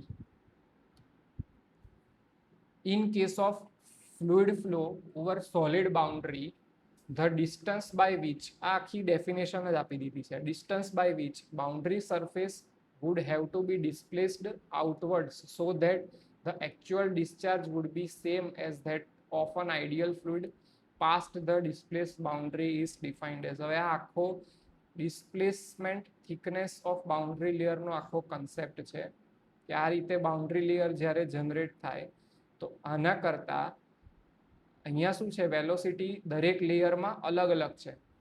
એના કરતાં આપણે આને કેટલી થિકનેસથી ઉપર શિફ્ટ કરી દઈએ આપણી આ બાઉન્ડ્રીને કે જેનાથી આઈડિયલ ફ્લુઇડ ફ્લો ચાલતો હોય યુનિફોર્મ વેલોસિટીથી, તો બંનેનો માસ ફ્લો રેટ સેમ આવે. તો answer will B displacement thickness. તો આને ડિસ્પ્લેસમેન્ટ થિકનેસ કહેવાશે. ઓકે, આ સ્ટાન્ડર્ડ ડેફિનેશન જ હતી displacement થિકનેસની. The frictional resistance in laminar flow in pipe is proportional to, કોના કોના proportional છે? વેલોસિટીના તો proportional આવશે જ. proportional to surface area of the contact, જેટલો કોન્ટેક્ટ એરિયા વધારે એટલું રેઝિસ્ટન્સ વધારે. ઇન્ડિપેન્ડન્ટ ઓફ પ્રેશર, એ પણ સાચું છે. પ્રેશર જોડે એને કોઈ લેવા દેવા નથી. Okay, dependent on nature / roughness of the surface in the contact. Laminar ફ્લોના કેસમાં રફનેસથી કાંઈ ફેર પડે નહીં, બરાબર. Answer will be 1, 2 and 3. Turbulent ફ્લોના કેસ હોય ત્યારે આપણે સ્મૂધ અને રફ સરફેસનો કોન્સેપ્ટ આવે. બાકી લેમિનાર ફ્લોનું જ્યારે તમે પેલું ફ્રિક્શન ફેક્ટર કેલ્ક્યુલેટ કરો કે કંઈ બી કરો તો એ માત્ર રેનોલ્ડ નંબર જ ઉપર ડિપેન્ડ કરે. સરફેસ રફનેસથી એને કંઈ નિસ્બત નથી. ચલો next subject material and manufacturing processes. Actually આ બહુ મોટો સિલેબસ છે, બહુ બધા પૂછી શકાય આમાં ક્વેશ્ચન્સ, પણ એમાંથી ખાલી વેઇટેજ એમણે બહુ ઓછું કરીને 6 કે 7 માર્કનું જ કરી દીધું છે. ચાલો, યુટેક્ટોઇડ સ્ટીલ. યુટેક્ટોઇડ સ્ટીલમાં માત્ર ને માત્ર પરલાઇટ આવશે. હાઇપોયુટેક્ટોઇડ સ્ટીલ એમાં આવશે ફેરાઇટ એન્ડ પરલાઇટ, અને હાઇપર યુટેક્ટોઇડ સ્ટીલમાં આવશે સિમેન્ટાઇટ એન્ડ પરલાઇટ. તો P3, Q4 and R2 answer will be D. Okay, હવે અહીંયા હું તમને આખું આયરન કાર્બન ડાયાગ્રામ ડિસ્કસ નથી કરતો, પણ એક બેસિક ચલો કરાવી દઉં કે આ રીતે અહીંયા એક યુટેક્ટિક પોઈન્ટ આવે આપણો 0.8% કાર્બન ઉપર.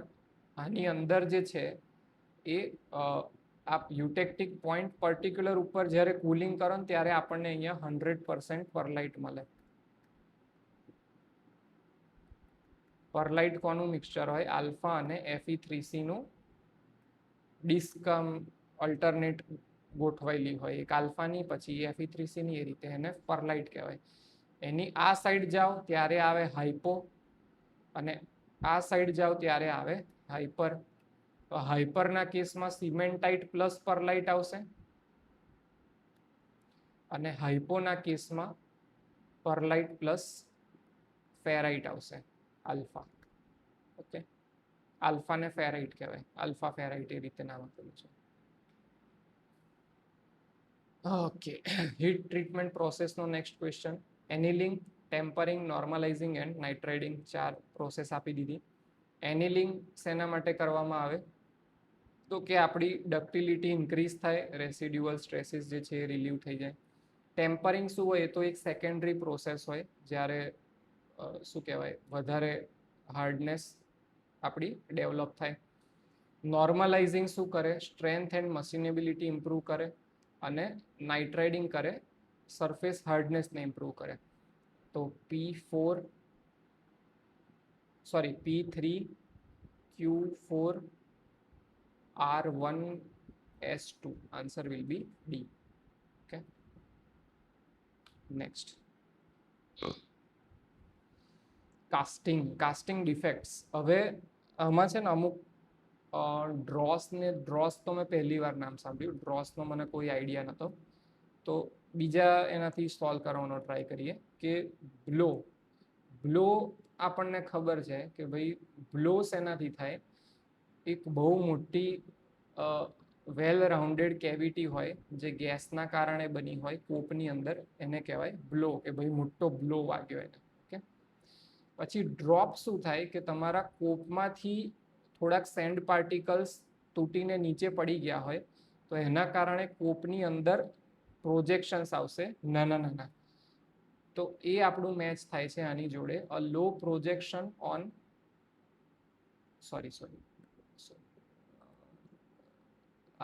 irregular shaped projections on the cope surface. તો ડ્રોપ 4 જોડે કનેક્ટ થશે. વોશ આવશે કે જ્યાં તમે જસ્ટ મેટલ તમારું કાસ્ટિંગમાં એન્ટર થાય છે ત્યાં એકદમ હાઈ ફોર્સના કારણે થોડુંક ઇરોઝન થઈ જશે તમારા મોલ્ડ કેવિટીનું, અને એના કારણે થોડા પ્રોજેક્શન્સ બનશે. તો low projection on the drag surface of the casting commencing near the gate, એને કહેવાય વોશ. અને છેલ્લું પછી આ બચ્યું ડ્રોસ. ડ્રોસ ટ્રુલી સાચું કહું તો મને ખ્યાલ નહોતો. તો આવે lighter impurities appearing on the top surface of the casting. તો આન્સર શું થઈ જશે? P3, Q4, R1S2. Answer will be A. Next rolling. હવે આ તો બધું ડેફિનેશન જ પૂછી લીધી કે ભાઈ રોલિંગ કોને કહેવાય, ફોર્જિંગ કોને કહેવાય, આ તે બરાબર. રોલિંગ જે છે એ 2 પાવર ડ્રીવન રૂલ્સમાંથી તમે તમારી જોબને પાસ કરો ત્યારે એની થિકનેસ ડિક્રીઝ થાય તો એને કહેવાય રોલિંગ. ફોર્જિંગ કોને કહેવાય? Job is સ્ક્વીઝડ between 2 or more dice to alter its shape and size. Drawing કોને કહેવાય? કે ભાઈ તમારું બાર છે, ટ્યુબ છે, વાયર છે, અને કોનિકલ ઓરિફિસમાંથી તમે પુલ કરો, એને ડ્રોઈંગ કહેવાય. અને ડીપ ડ્રોઈંગ કોને કહેવાય? કે ભાઈ તમારું કપ શેપમાં તમારી ફાઇનલ પ્રોડક્ટ જે છે એ જનરેટ થાય. ઓકે, તો answer will B P2 Q5 R4 S3. Answer will be A. In the thermit welding, the thermit mixture consists of aluminum powder and iron oxide in ratio. આ tricky question હતો, બરાબર. તમારે કરવું પડે એવું છે વધારે એનાલિસિસ. તો જુઓ આમાં શું થશે, શું યુઝ થાય, aluminium powder plus iron oxide Fe2O3 for example. તો એમાંથી શું બનશે, Al2O3 પ્લસ આયરન બનશે. આયરન 2 છે, અહીંયા 2 એલ્યુમિનિયમ છે, તો અહીંયા પણ 2 એલ્યુમિનિયમ મૂકી દઈએ આપણે. તો પછી આ બંનેનું જે મોલિક્યુલર વેઇટ છે એ બંનેનો તમારે રેશિયો લેવો પડશે. ઓકે, તો એલ્યુમિનિયમ કેટલું થશે, 26×52 જેવું થશે. અને આયરનનું કેટલું થાય, 56×2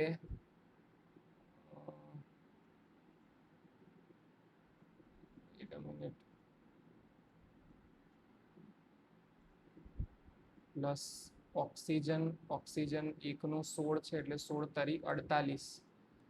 તો 56×112 પ્લસ 48 એટલે કે 100 ને કેટલું થયું યાર, મારું મગજ કેમ હેંગ થઈ ગયા. 112 પ્લસ 48 એટલે 160 થશે, સોરી. હા, તો હવે 52/160, તો ઓલમોસ્ટ ક્લોઝ ટુ 1:3 કહી શકીએ આપણે. એલ્યુમિનિયમ પાવડર અને આયરન ઓક્સાઇડનો રેશિયો પૂછ્યો છે, તો આ 52 છે અને આ 160 છે, તો અપ્રોક્સિમેટલી 1/3 ગણી શકાય. Okay, answer will be B. In case of gas welding, carburizing flame is used for welding of bronze, brass ના આવે, copper, zinc એ બધામાં કાર્બોરાઇઝિંગ નથી વાપરતા. શેમાં યુઝ થશે, હાઈ કાર્બન સ્ટીલમાં. ઓકે, કેમ કે એમાં કાર્બોરાઇઝિંગ એન્વાયરમેન્ટ જોઈએ, આપણે નથી ઈચ્છતા કે ભાઈ આપણી જોડે જે આટલા વધારે ક્વોન્ટિટીમાં કાર્બન અવેલેબલ છે એ ઓક્સિડાઇઝ થઈ જાય. Which of the following welding processes use non-consumable electrode? Non-consumable tungsten વાળું હોય છે, tungsten inert gas welding, TIG welding. Okay, તો આ હતા આપણા manufacturing and materials and manufacturing. Next આવે છે મેટ્રોલોજી એન્ડ ઇન્સ્પેક્શન. તો તમને સૌથી પહેલા તો આ ડેઝિગ્નેશન શું છે ખબર હોવી જોઈએ. એચ કેપિટલ વાળું જે છે, કેપિટલ લેટર હોલ માટે વપરાય અને સ્મોલ જે છે એ શાફ્ટ માટે વપરાય. તો આમાં શું કે છે, અને એચ જે છે એ તમારા બેઝિક સાઇઝ હોય, હોલની આ રીતે ડિનોટ થાય અને શાફ્ટની આ રીતે ડિનોટ થાય. અહીંયા છે તમારી નોમિનલ સાઇઝ. તો જ્યારે કેપિટલ એચ આવે એને કહીએ આપણે હોલ બેસિસ સિસ્ટમ. તો હોલ બેસિસ સિસ્ટમ સાચું છે. અને એના પછી આવશે કે એની લોઅર લિમિટ અહીંયા કેટલા આપેલું છે, 100 mm આપેલું છે, એટલે આ 100 mm હશે. તો હોલની લોઅર લિમિટ જે છે એ 100 mm હશે. તો 1 and 3 will be correct. Answer is A. Next, of fit with the designation H8U5. હવે આમાં તમને થોડુંક પેલું બી નોલેજ હોવું જોઈએ કે કઈ બાજુથી કઈ બાજુ જાય છે. જુઓ આ હોલ છે, આ શાફ્ટ છે સ્મોલ એચ, અને કેપિટલ એચ જે છે હોલ માટે છે. હવે આના ડેઝિગ્નેશન છે ને આમ ઉપરથી આવે, E, B, C, ઉપરથી નીચે હોલનું, અને શાફ્ટનું નીચેથી ઉપર જાય, સ્મોલ એ, સ્મોલ બી, સ્મોલ સી, અને એચ થી પછી ઉપર જાય, જી, એચ, આઈ તો ના આવે, જે, કે, એ રીતે ઉપરની સાઈડ જાય. તો આમાં આપણને શું આપ્યું છે, શાફ્ટ જે છે એ સ્મોલ યુ છે. તો સ્મોલ યુ જે છે એ તો છેક અહીંયા ઉપર આવશે ક્યાંક. તો તમારો હોલ અહીંયા છે એચ, અને તમારી શાફ્ટ છે ક્યાંક ઉપર છે અહીંયા યુ. તો એ બંને વચ્ચે આ ઘણું બધું ઇન્ટરફિયરન્સ થાય છે, બરાબર. Lower limit of shaft is greater than upper limit of hole. મતલબ કે કેવો ફિટ આવશે, interference fit. Which of the following instrument of angle measurement is more accurate? આ એકચ્યુઅલી ફેક્ચ્યુઅલ ક્વેશ્ચન છે. Answer will be electronic autocollimator. આમ બી electronic item જ વધારે એક્યુરેટ હોય, એ રીતે વિચારીને બી તુક્કો માર્યો હોય તો સાચું પડી જાય, electronic autocollimator. Okay, next. In shaft gauging the shafts and male components are usually checked by. જુઓ અહીંયા જે ગો નો ગો વાળો ઓપ્શન આપ્યો છે ને એ સાચો હોય શકત, પણ અહીંયા શું લખી નાખ્યું, પ્લગ ગેજ લખી નાખ્યું. પ્લગ ગેજ ના આવે, શાફ્ટ અને મિલ કોમ્પોનન્ટ્સ માટે આવે રિંગ ગેજ, એટલે આ ઓપ્શન ખોટો છે. પ્રોફાઇલ ગેજ બી ના આવે, એ તો આપણા પ્રોફાઇલ ચેક કરવા માટે થાય. લિમિટ ગેપ ગેજ બી બંધ બેસતું નથી, બરાબર. આન્સર વિલ બી કેલિપર અથવા તો સ્નેપ ગેજ, એ યુઝ કરવામાં આવે. Next. Which of the following statements are correct with respect to the slip gauge? Slip gauge માટે નીચેનામાંથી કયા સ્ટેટમેન્ટ સાચા છે? તો કે એને 4 ગ્રેડમાં બનાવવામાં આવે, એ વાત સાચી છે. 4 ગ્રેડની એક્યુરસી હોય એની અંદર. Building up combination of slip gauges is done by wringing process. હવે આ શું છે? કશું નહીં. વ્રિંગિંગ એટલે શું? એકબીજા સાથે ઘસવું, એને વ્રિંગિંગ કહેવાય. એ પણ સાચી વાત છે કે 2 ગેજીસને એકબીજા સાથે ઘસીને ચોંટાડવામાં આવે. Next. Slip gauges are manufactured in set of 103, 112, 87 અને 46. આ ફેક્ચ્યુઅલ છે પણ સાચું છે. આ જ રીતે સેટમાં જ મેન્યુફેક્ચર કરવામાં આવે. તો correct answer are all 3. Answer will be D. અહીંયા આપણું પતી ગયું મેટ્રોલોજી એન્ડ ઇન્સ્પેક્શન. હવે આવે છે computer integrated manufacturing, CIM. Which of the following geometric modeling method automatic view generation is possible? મને બી ખ્યાલ નતો, મેં ચેટ જીપીટી થી જ આન્સર શોધ્યો છે. શું આન્સર હતો આનો? D will be the answer, કે માત્ર વોલ્યુમ મોડેલ જ શું કહેવાય ઓટોમેટિક વ્યૂ જનરેશન પોસિબલ છે. મને બી આનો કંઈ લોજિક ખબર નથી. ઓકે, પણ આનો આન્સર આવશે D. Next, which of the following does not fall under the domain of computer aided manufacturing? તો ટૂલ ડિઝાઇન તો આવે, computer aided CNC part programming બી આવે, કમ્પ્યુટર એડેડ ડ્રાફ્ટિંગ CAD બી આવે, પણ કોમ્પ્યુટર એડેડ શેડ્યુલિંગ એને તમે કેમ ના કહી શકો? કોમ્પ્યુટરથી તમે કોઈ શેડ્યુલિંગ કરો એને તમે મેન્યુફેક્ચરિંગ કહેવાય નહીં. તો correct answer will be D. Okay, does not fall under લખ્યું છે. નેક્સ્ટ. Match the following. આ તો સ્ટાન્ડર્ડ જ છે. G00 કોના માટે છે? રેપિડ પોઝિશનિંગ કરવા માટે. G01 છે લિનિયર ઇન્ટરપોલેશન માટે. G02 છે સર્ક્યુલર ઇન્ટરપોલેશન માટે. અને 90 છે કોઓર્ડિનેટ પોઝિશનિંગ માટે. ઓકે, એબ્સોલ્યુટ કોઓર્ડિનેટ યુઝ થાય G90 માં, પણ એ બી નહીં પૂછ્યો. તો P3 માં જ આન્સર આવી ગયો. સરસ, ચલો answer will be A.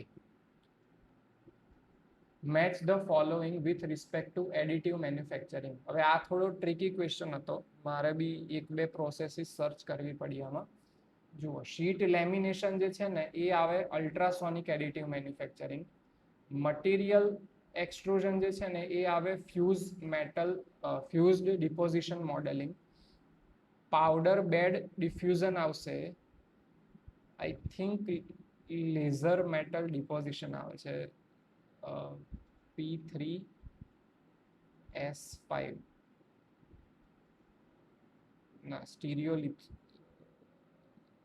R1. હા, સિલેક્ટિવ લેઝર સિન્ટરિંગ અને વેટ ફોટોપોલિમરાઇઝેશન આવે છે સ્ટીરિયોલિથોગ્રાફી. તો આન્સર શું થશે? P3Q4R1S5. Answer will be D. આ અઘરો ક્વેશ્ચન હતો, હું બી ના કરી શકત, નોલેજ જ નથી. Next. Production planning and control. Function આપ્યા છે અને પછી એમાં શું કરવામાં આવે એ આપ્યું છે. તો રાઉટિંગ. હવે રાઉટિંગમાં સૌથી વધારે બંધ બેસતું છે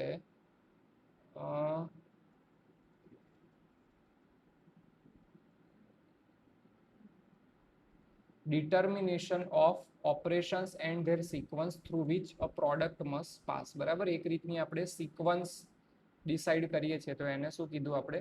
રૂટ કર્યું, રાઉટિંગ છે. શેડ્યુલિંગ શું છે? Preparation of a budget of time that provides the beginning and completion dates for manufacturing orders, તો એ આપણે શેડ્યુલિંગ કર્યું. ડિસ્પેચિંગ એ તો ઓબ્વિયસ છે કે ભાઈ શું કહેવાય, ઓથોરાઇઝ મુવમેન્ટ આપ્યું મટીરિયલને કે ભાઈ તમે જતું કર્યું. અને ફોલોઅપ છે કે ભાઈ ફરીથી તમે એકવાર જોયું કે ભાઈ રિવ્યૂ કર્યો કે ભાઈ બધું જે પ્રમાણે કર્યું હતું, નક્કી કર્યું હતું એ પ્રમાણે જ ચાલે છે કે નહીં. આન્સર છે P2Q1R4S3. ઓકે, એ.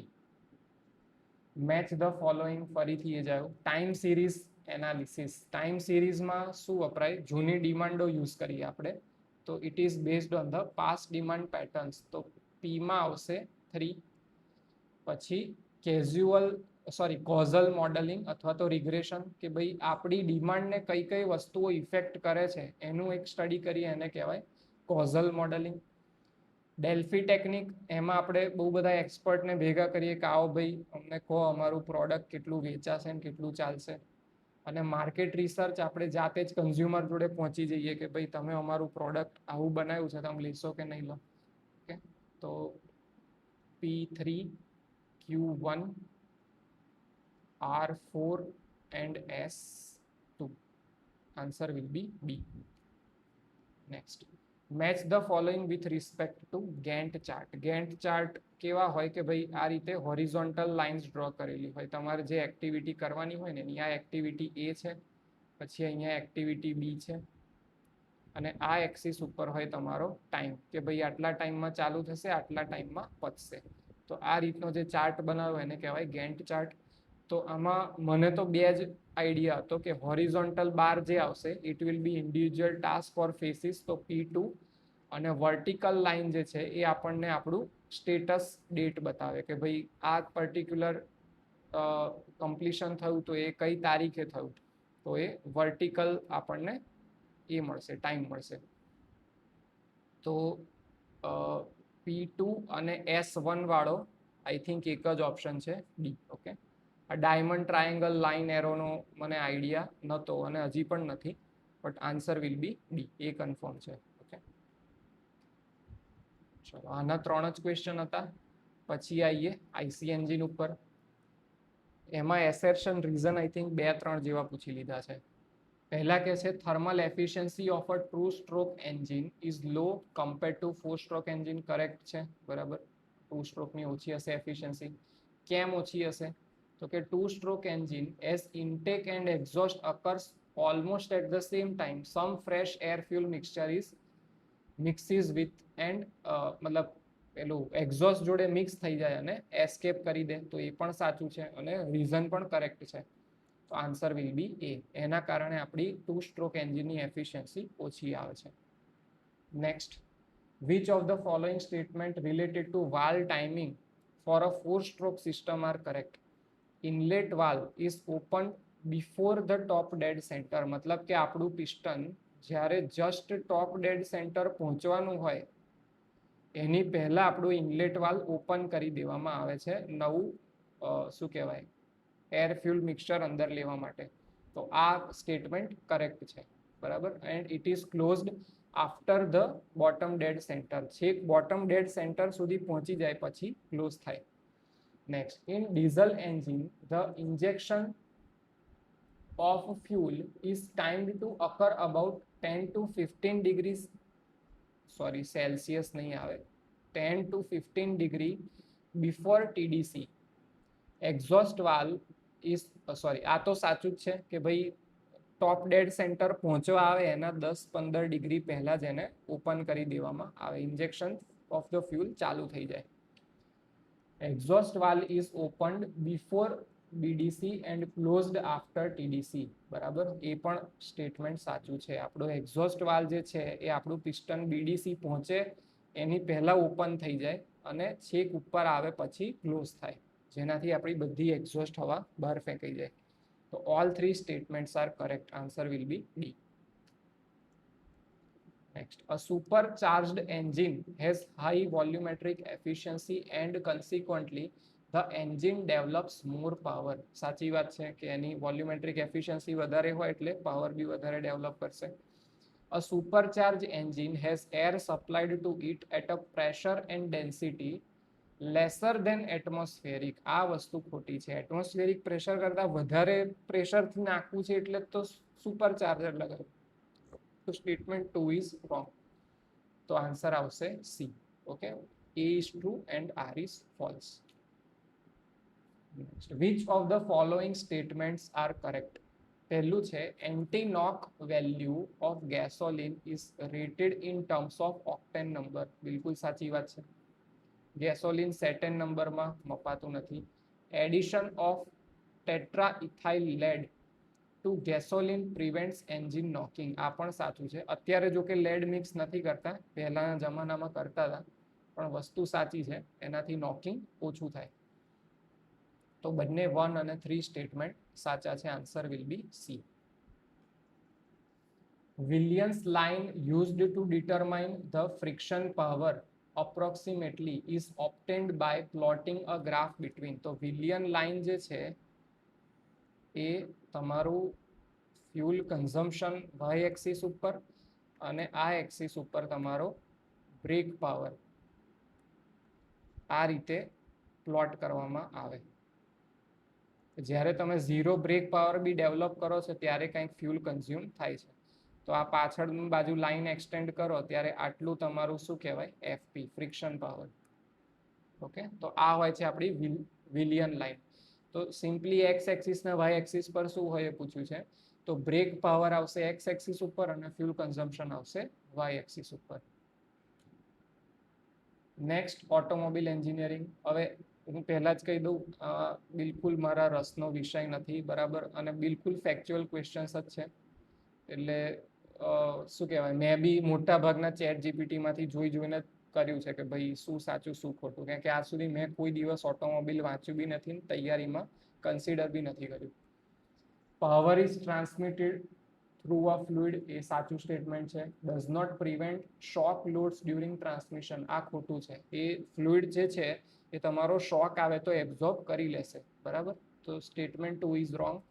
અને consist of one cup cold impeller fitted in the crankshaft and other cup cold as turbine. તો ઇમ્પેલર અને ટર્બાઇન બંનેનું કોમ્બિનેશન હોય છે, એ પણ સાચું છે. તો 1 and 3 is the correct answer, C. Coil spring in wishbone suspension is used between. મને કોઈ જ આઈડિયા નથી વિશબોન સસ્પેન્શન શું છે, પણ આન્સર ડી આપેલો છે મને ચેટ જીપીટી. ઓકે, આમાં હું કંઈ જ એક્સપ્લેન કરી શકીશ નહીં તમને. Match the following steering geometry અને એની ડેફિનેશન. તો કેમ્બર મને ખ્યાલ છે. કેમ્બર શું હોય કે તમારા બે જે વ્હીલ છે, આ ધારો કે તમારી ગાડીના વ્હીલ છે, તમે ફ્રન્ટમાંથી જુઓ છો ગાડીને, તો આ રીતના જો આડા ટેડા થઈ ગયા હોય એના આ પર્ટિક્યુલર એક્સિસ ઉપર આ રીતના એકબીજા જોડે આ રીતનું મિસઅલાઇનમેન્ટ હોય તો આને કહેવાય કેમ્બર. ઓકે, તો કેમ્બર શું થશે, angle between the vertical line from the centre point of the tyre and central line of the tyre. આ જાવ કે બીજું આવે શું છે આમાં આન્સર ઓટોમાં. હા, કેમ્બર એટલે આ થશે, angle between vertical line from the, ખબર નહીં આ વર્ડિંગમાં મને ખબર ના પડી, પણ મને એટલું ખબર છે કેમ્બર શું હોય. પછી કિંગ પિન ઇન્ક્લિનેશન, એ બધી વિઝ્યુઅલાઇઝેશનની વસ્તુ. તમારું સ્ટીયરિંગ કેટલું આડું ટેડું છે ને એ કિંગ પિન ઇન્ક્લિનેશન બતાવે. Toe in toe out. Toe in toe out શું હોય કે તમારા ગાડીના જે 4 ટાયર છે, આ આગળના 2 ટાયર છે અને આ પાછળના 2 ટાયર છે. તો આનું ડિસ્ટન્સ જ્યારે ઓછું હોય ફ્રન્ટનું, આ ફ્રન્ટ છે અને આ બેક છે અથવા તો રિયર છે, અને આનું ડિસ્ટન્સ વધારે હોય તો આવી સિચ્યુએશનને કહેવાય ટો ઇન, અને જો પેલા આગળના પહોળા હોય તો એને કહેવાય ટો આઉટ. ઓકે, તો આર આવશે. Distance between the front wheel at the front end is less, so toe in એ 2 આવશે, કેમ્બર 4 આવશે. એનાથી થઈ જાય છે સોલ્વ. P4S2, હા થઈ જશે. Q3 અને R1 આવશે. બી આન્સર છે ને? યસ, ઓટોમોબાઈલમાં ત્રીજાનો બી છે. Which of the following is not the cause for brake drag of a hydraulic brake system? That is, the brake remain applied without pressing the pedal. બરાબર, તો leakage થઈ જશે breaking સિસ્ટમમાં તો પછી કેમની બ્રેક વાગવાની? તો એ આન્સર આવશે કે એના કારણે આપણું બ્રેક ડ્રેગ કોઝ થતો નથી. In electronic ignition system, the primary coil circuit is opened and closed by. હવે સિસ્ટમ જ ઇલેક્ટ્રોનિક છે તો એને ઓપરેટ બી તો ઇલેક્ટ્રોનિક્સ જ કરે ને, તો answer will be electronic control unit. બરાબર, આ રીતે તુક્કો મારી શકાય. આન્સર વિલ બી બી. એટલે હું આ તુક્કો નથી મારતો, બી સાચો આન્સર છે. Answer will be electronic control unit. Next, pollution and vehicle insurance. Insurance તો કંઈ પૂછ્યું જ નથી, બધું પોલ્યુશનનું પૂછ્યું. Which of the following emission a limit is introduced newly? નવેસરથી કયું પેરામીટર આમાં નાખ્યું BS6માં જે પહેલા નહોતું? Petrol NOx, diesel NOx, petrol particulate matter કે ડીઝલ? તો આન્સર છે C, petrol PM. Okay. What are the sources of pollutants from automobile? તો ભાઈ ટેલ પાઇપમાંથી તો થાય, ક્રેન્ક કેસમાંથી બી થાય, બ્લો બાય લોસ થાય, ફ્યુલ ટેન્ક અને કાર્બોરેટરમાં ઇવોપરેશનથી થાય, રેડિએટરથી કોઈ પોલ્યુશન થતું નથી. તો answer will be 1, 2, 3. Okay, radiator તો સિમ્પલ કુલિંગ કરે છે. Which of the following devices/systems control the emission levels of the various pollutants by changing the chemical characteristic of the exhaust gas? કોણ exhaust gas માંથી pollution ઓછું કરે? thermal reactor, catalytic converter, બંને કામ કરે? both are correct. Okay, both 1 and 2 બંને કામ કરે. What is the purpose of exhaust gas recirculation system in automobile? કે ભાઈ એક્ઝોસ્ટ ગેસને ફરીથી અંદર કેમ નાખવામાં આવે? નોક્સનું એમિશન રિડ્યુસ કરવા માટે. Okay. The effect of positive crankcase ventilation in automobile is, કે ભાઈ આપણું જે ક્રેન્ક કેસ છે એની અંદર આપણે પોઝિટિવ પ્રેશર રાખીએ અને એને કન્ટિન્યુઅસલી વેન્ટિલેટ કરતા રહીએ તો એનાથી શું એડવાન્ટેજ મળે? તો કે it reduce the formation of sludge and acid. Okay, ચાલો નેક્સ્ટ, ડાયગ્નોસિસ એન્ડ ટેસ્ટિંગ. આમાં પણ મને કોઈ જ આઈડિયા નથી કે કેમ શું થાય. હું તો અહીંયા તમને સિમ્પલી આન્સર સ્ટીક કરાવી દઉં છું બીકોઝ આમાં કોઈ દિવસ આપણે આ બાજુ જોયું જ નથી.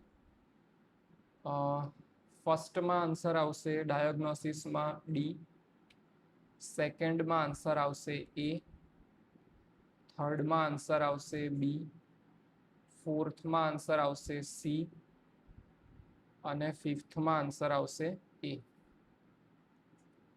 ઓકે, અમારા ચેટ જીપીટીમાંથી શોધેલા જવાબ છે. Next, electric and hybrid vehicle. In a conventional hybrid electric vehicle, battery is charged by regenerative braking and IC engine. આ બેથી તમારી બેટરી જે છે એ ચાર્જ થાય કન્વેન્શનલ HEVમાં. Okay. Next, AI and machine learning in automotives. તો what is the main function of computer vision in the autonomous vehicle? તો મને ચેટ જીપીટીએ સાચો જવાબ આપ્યો છે, to process and interpret visual data two identify the pedestrian cyclist. આ રીતનો મને એ આન્સર આપ્યો છે કે હું બી શ્યોર નથી, but answer is given A. Which of the following AI-enabled system uses sensors and cameras to collect real-time data about surrounding environment and then identify where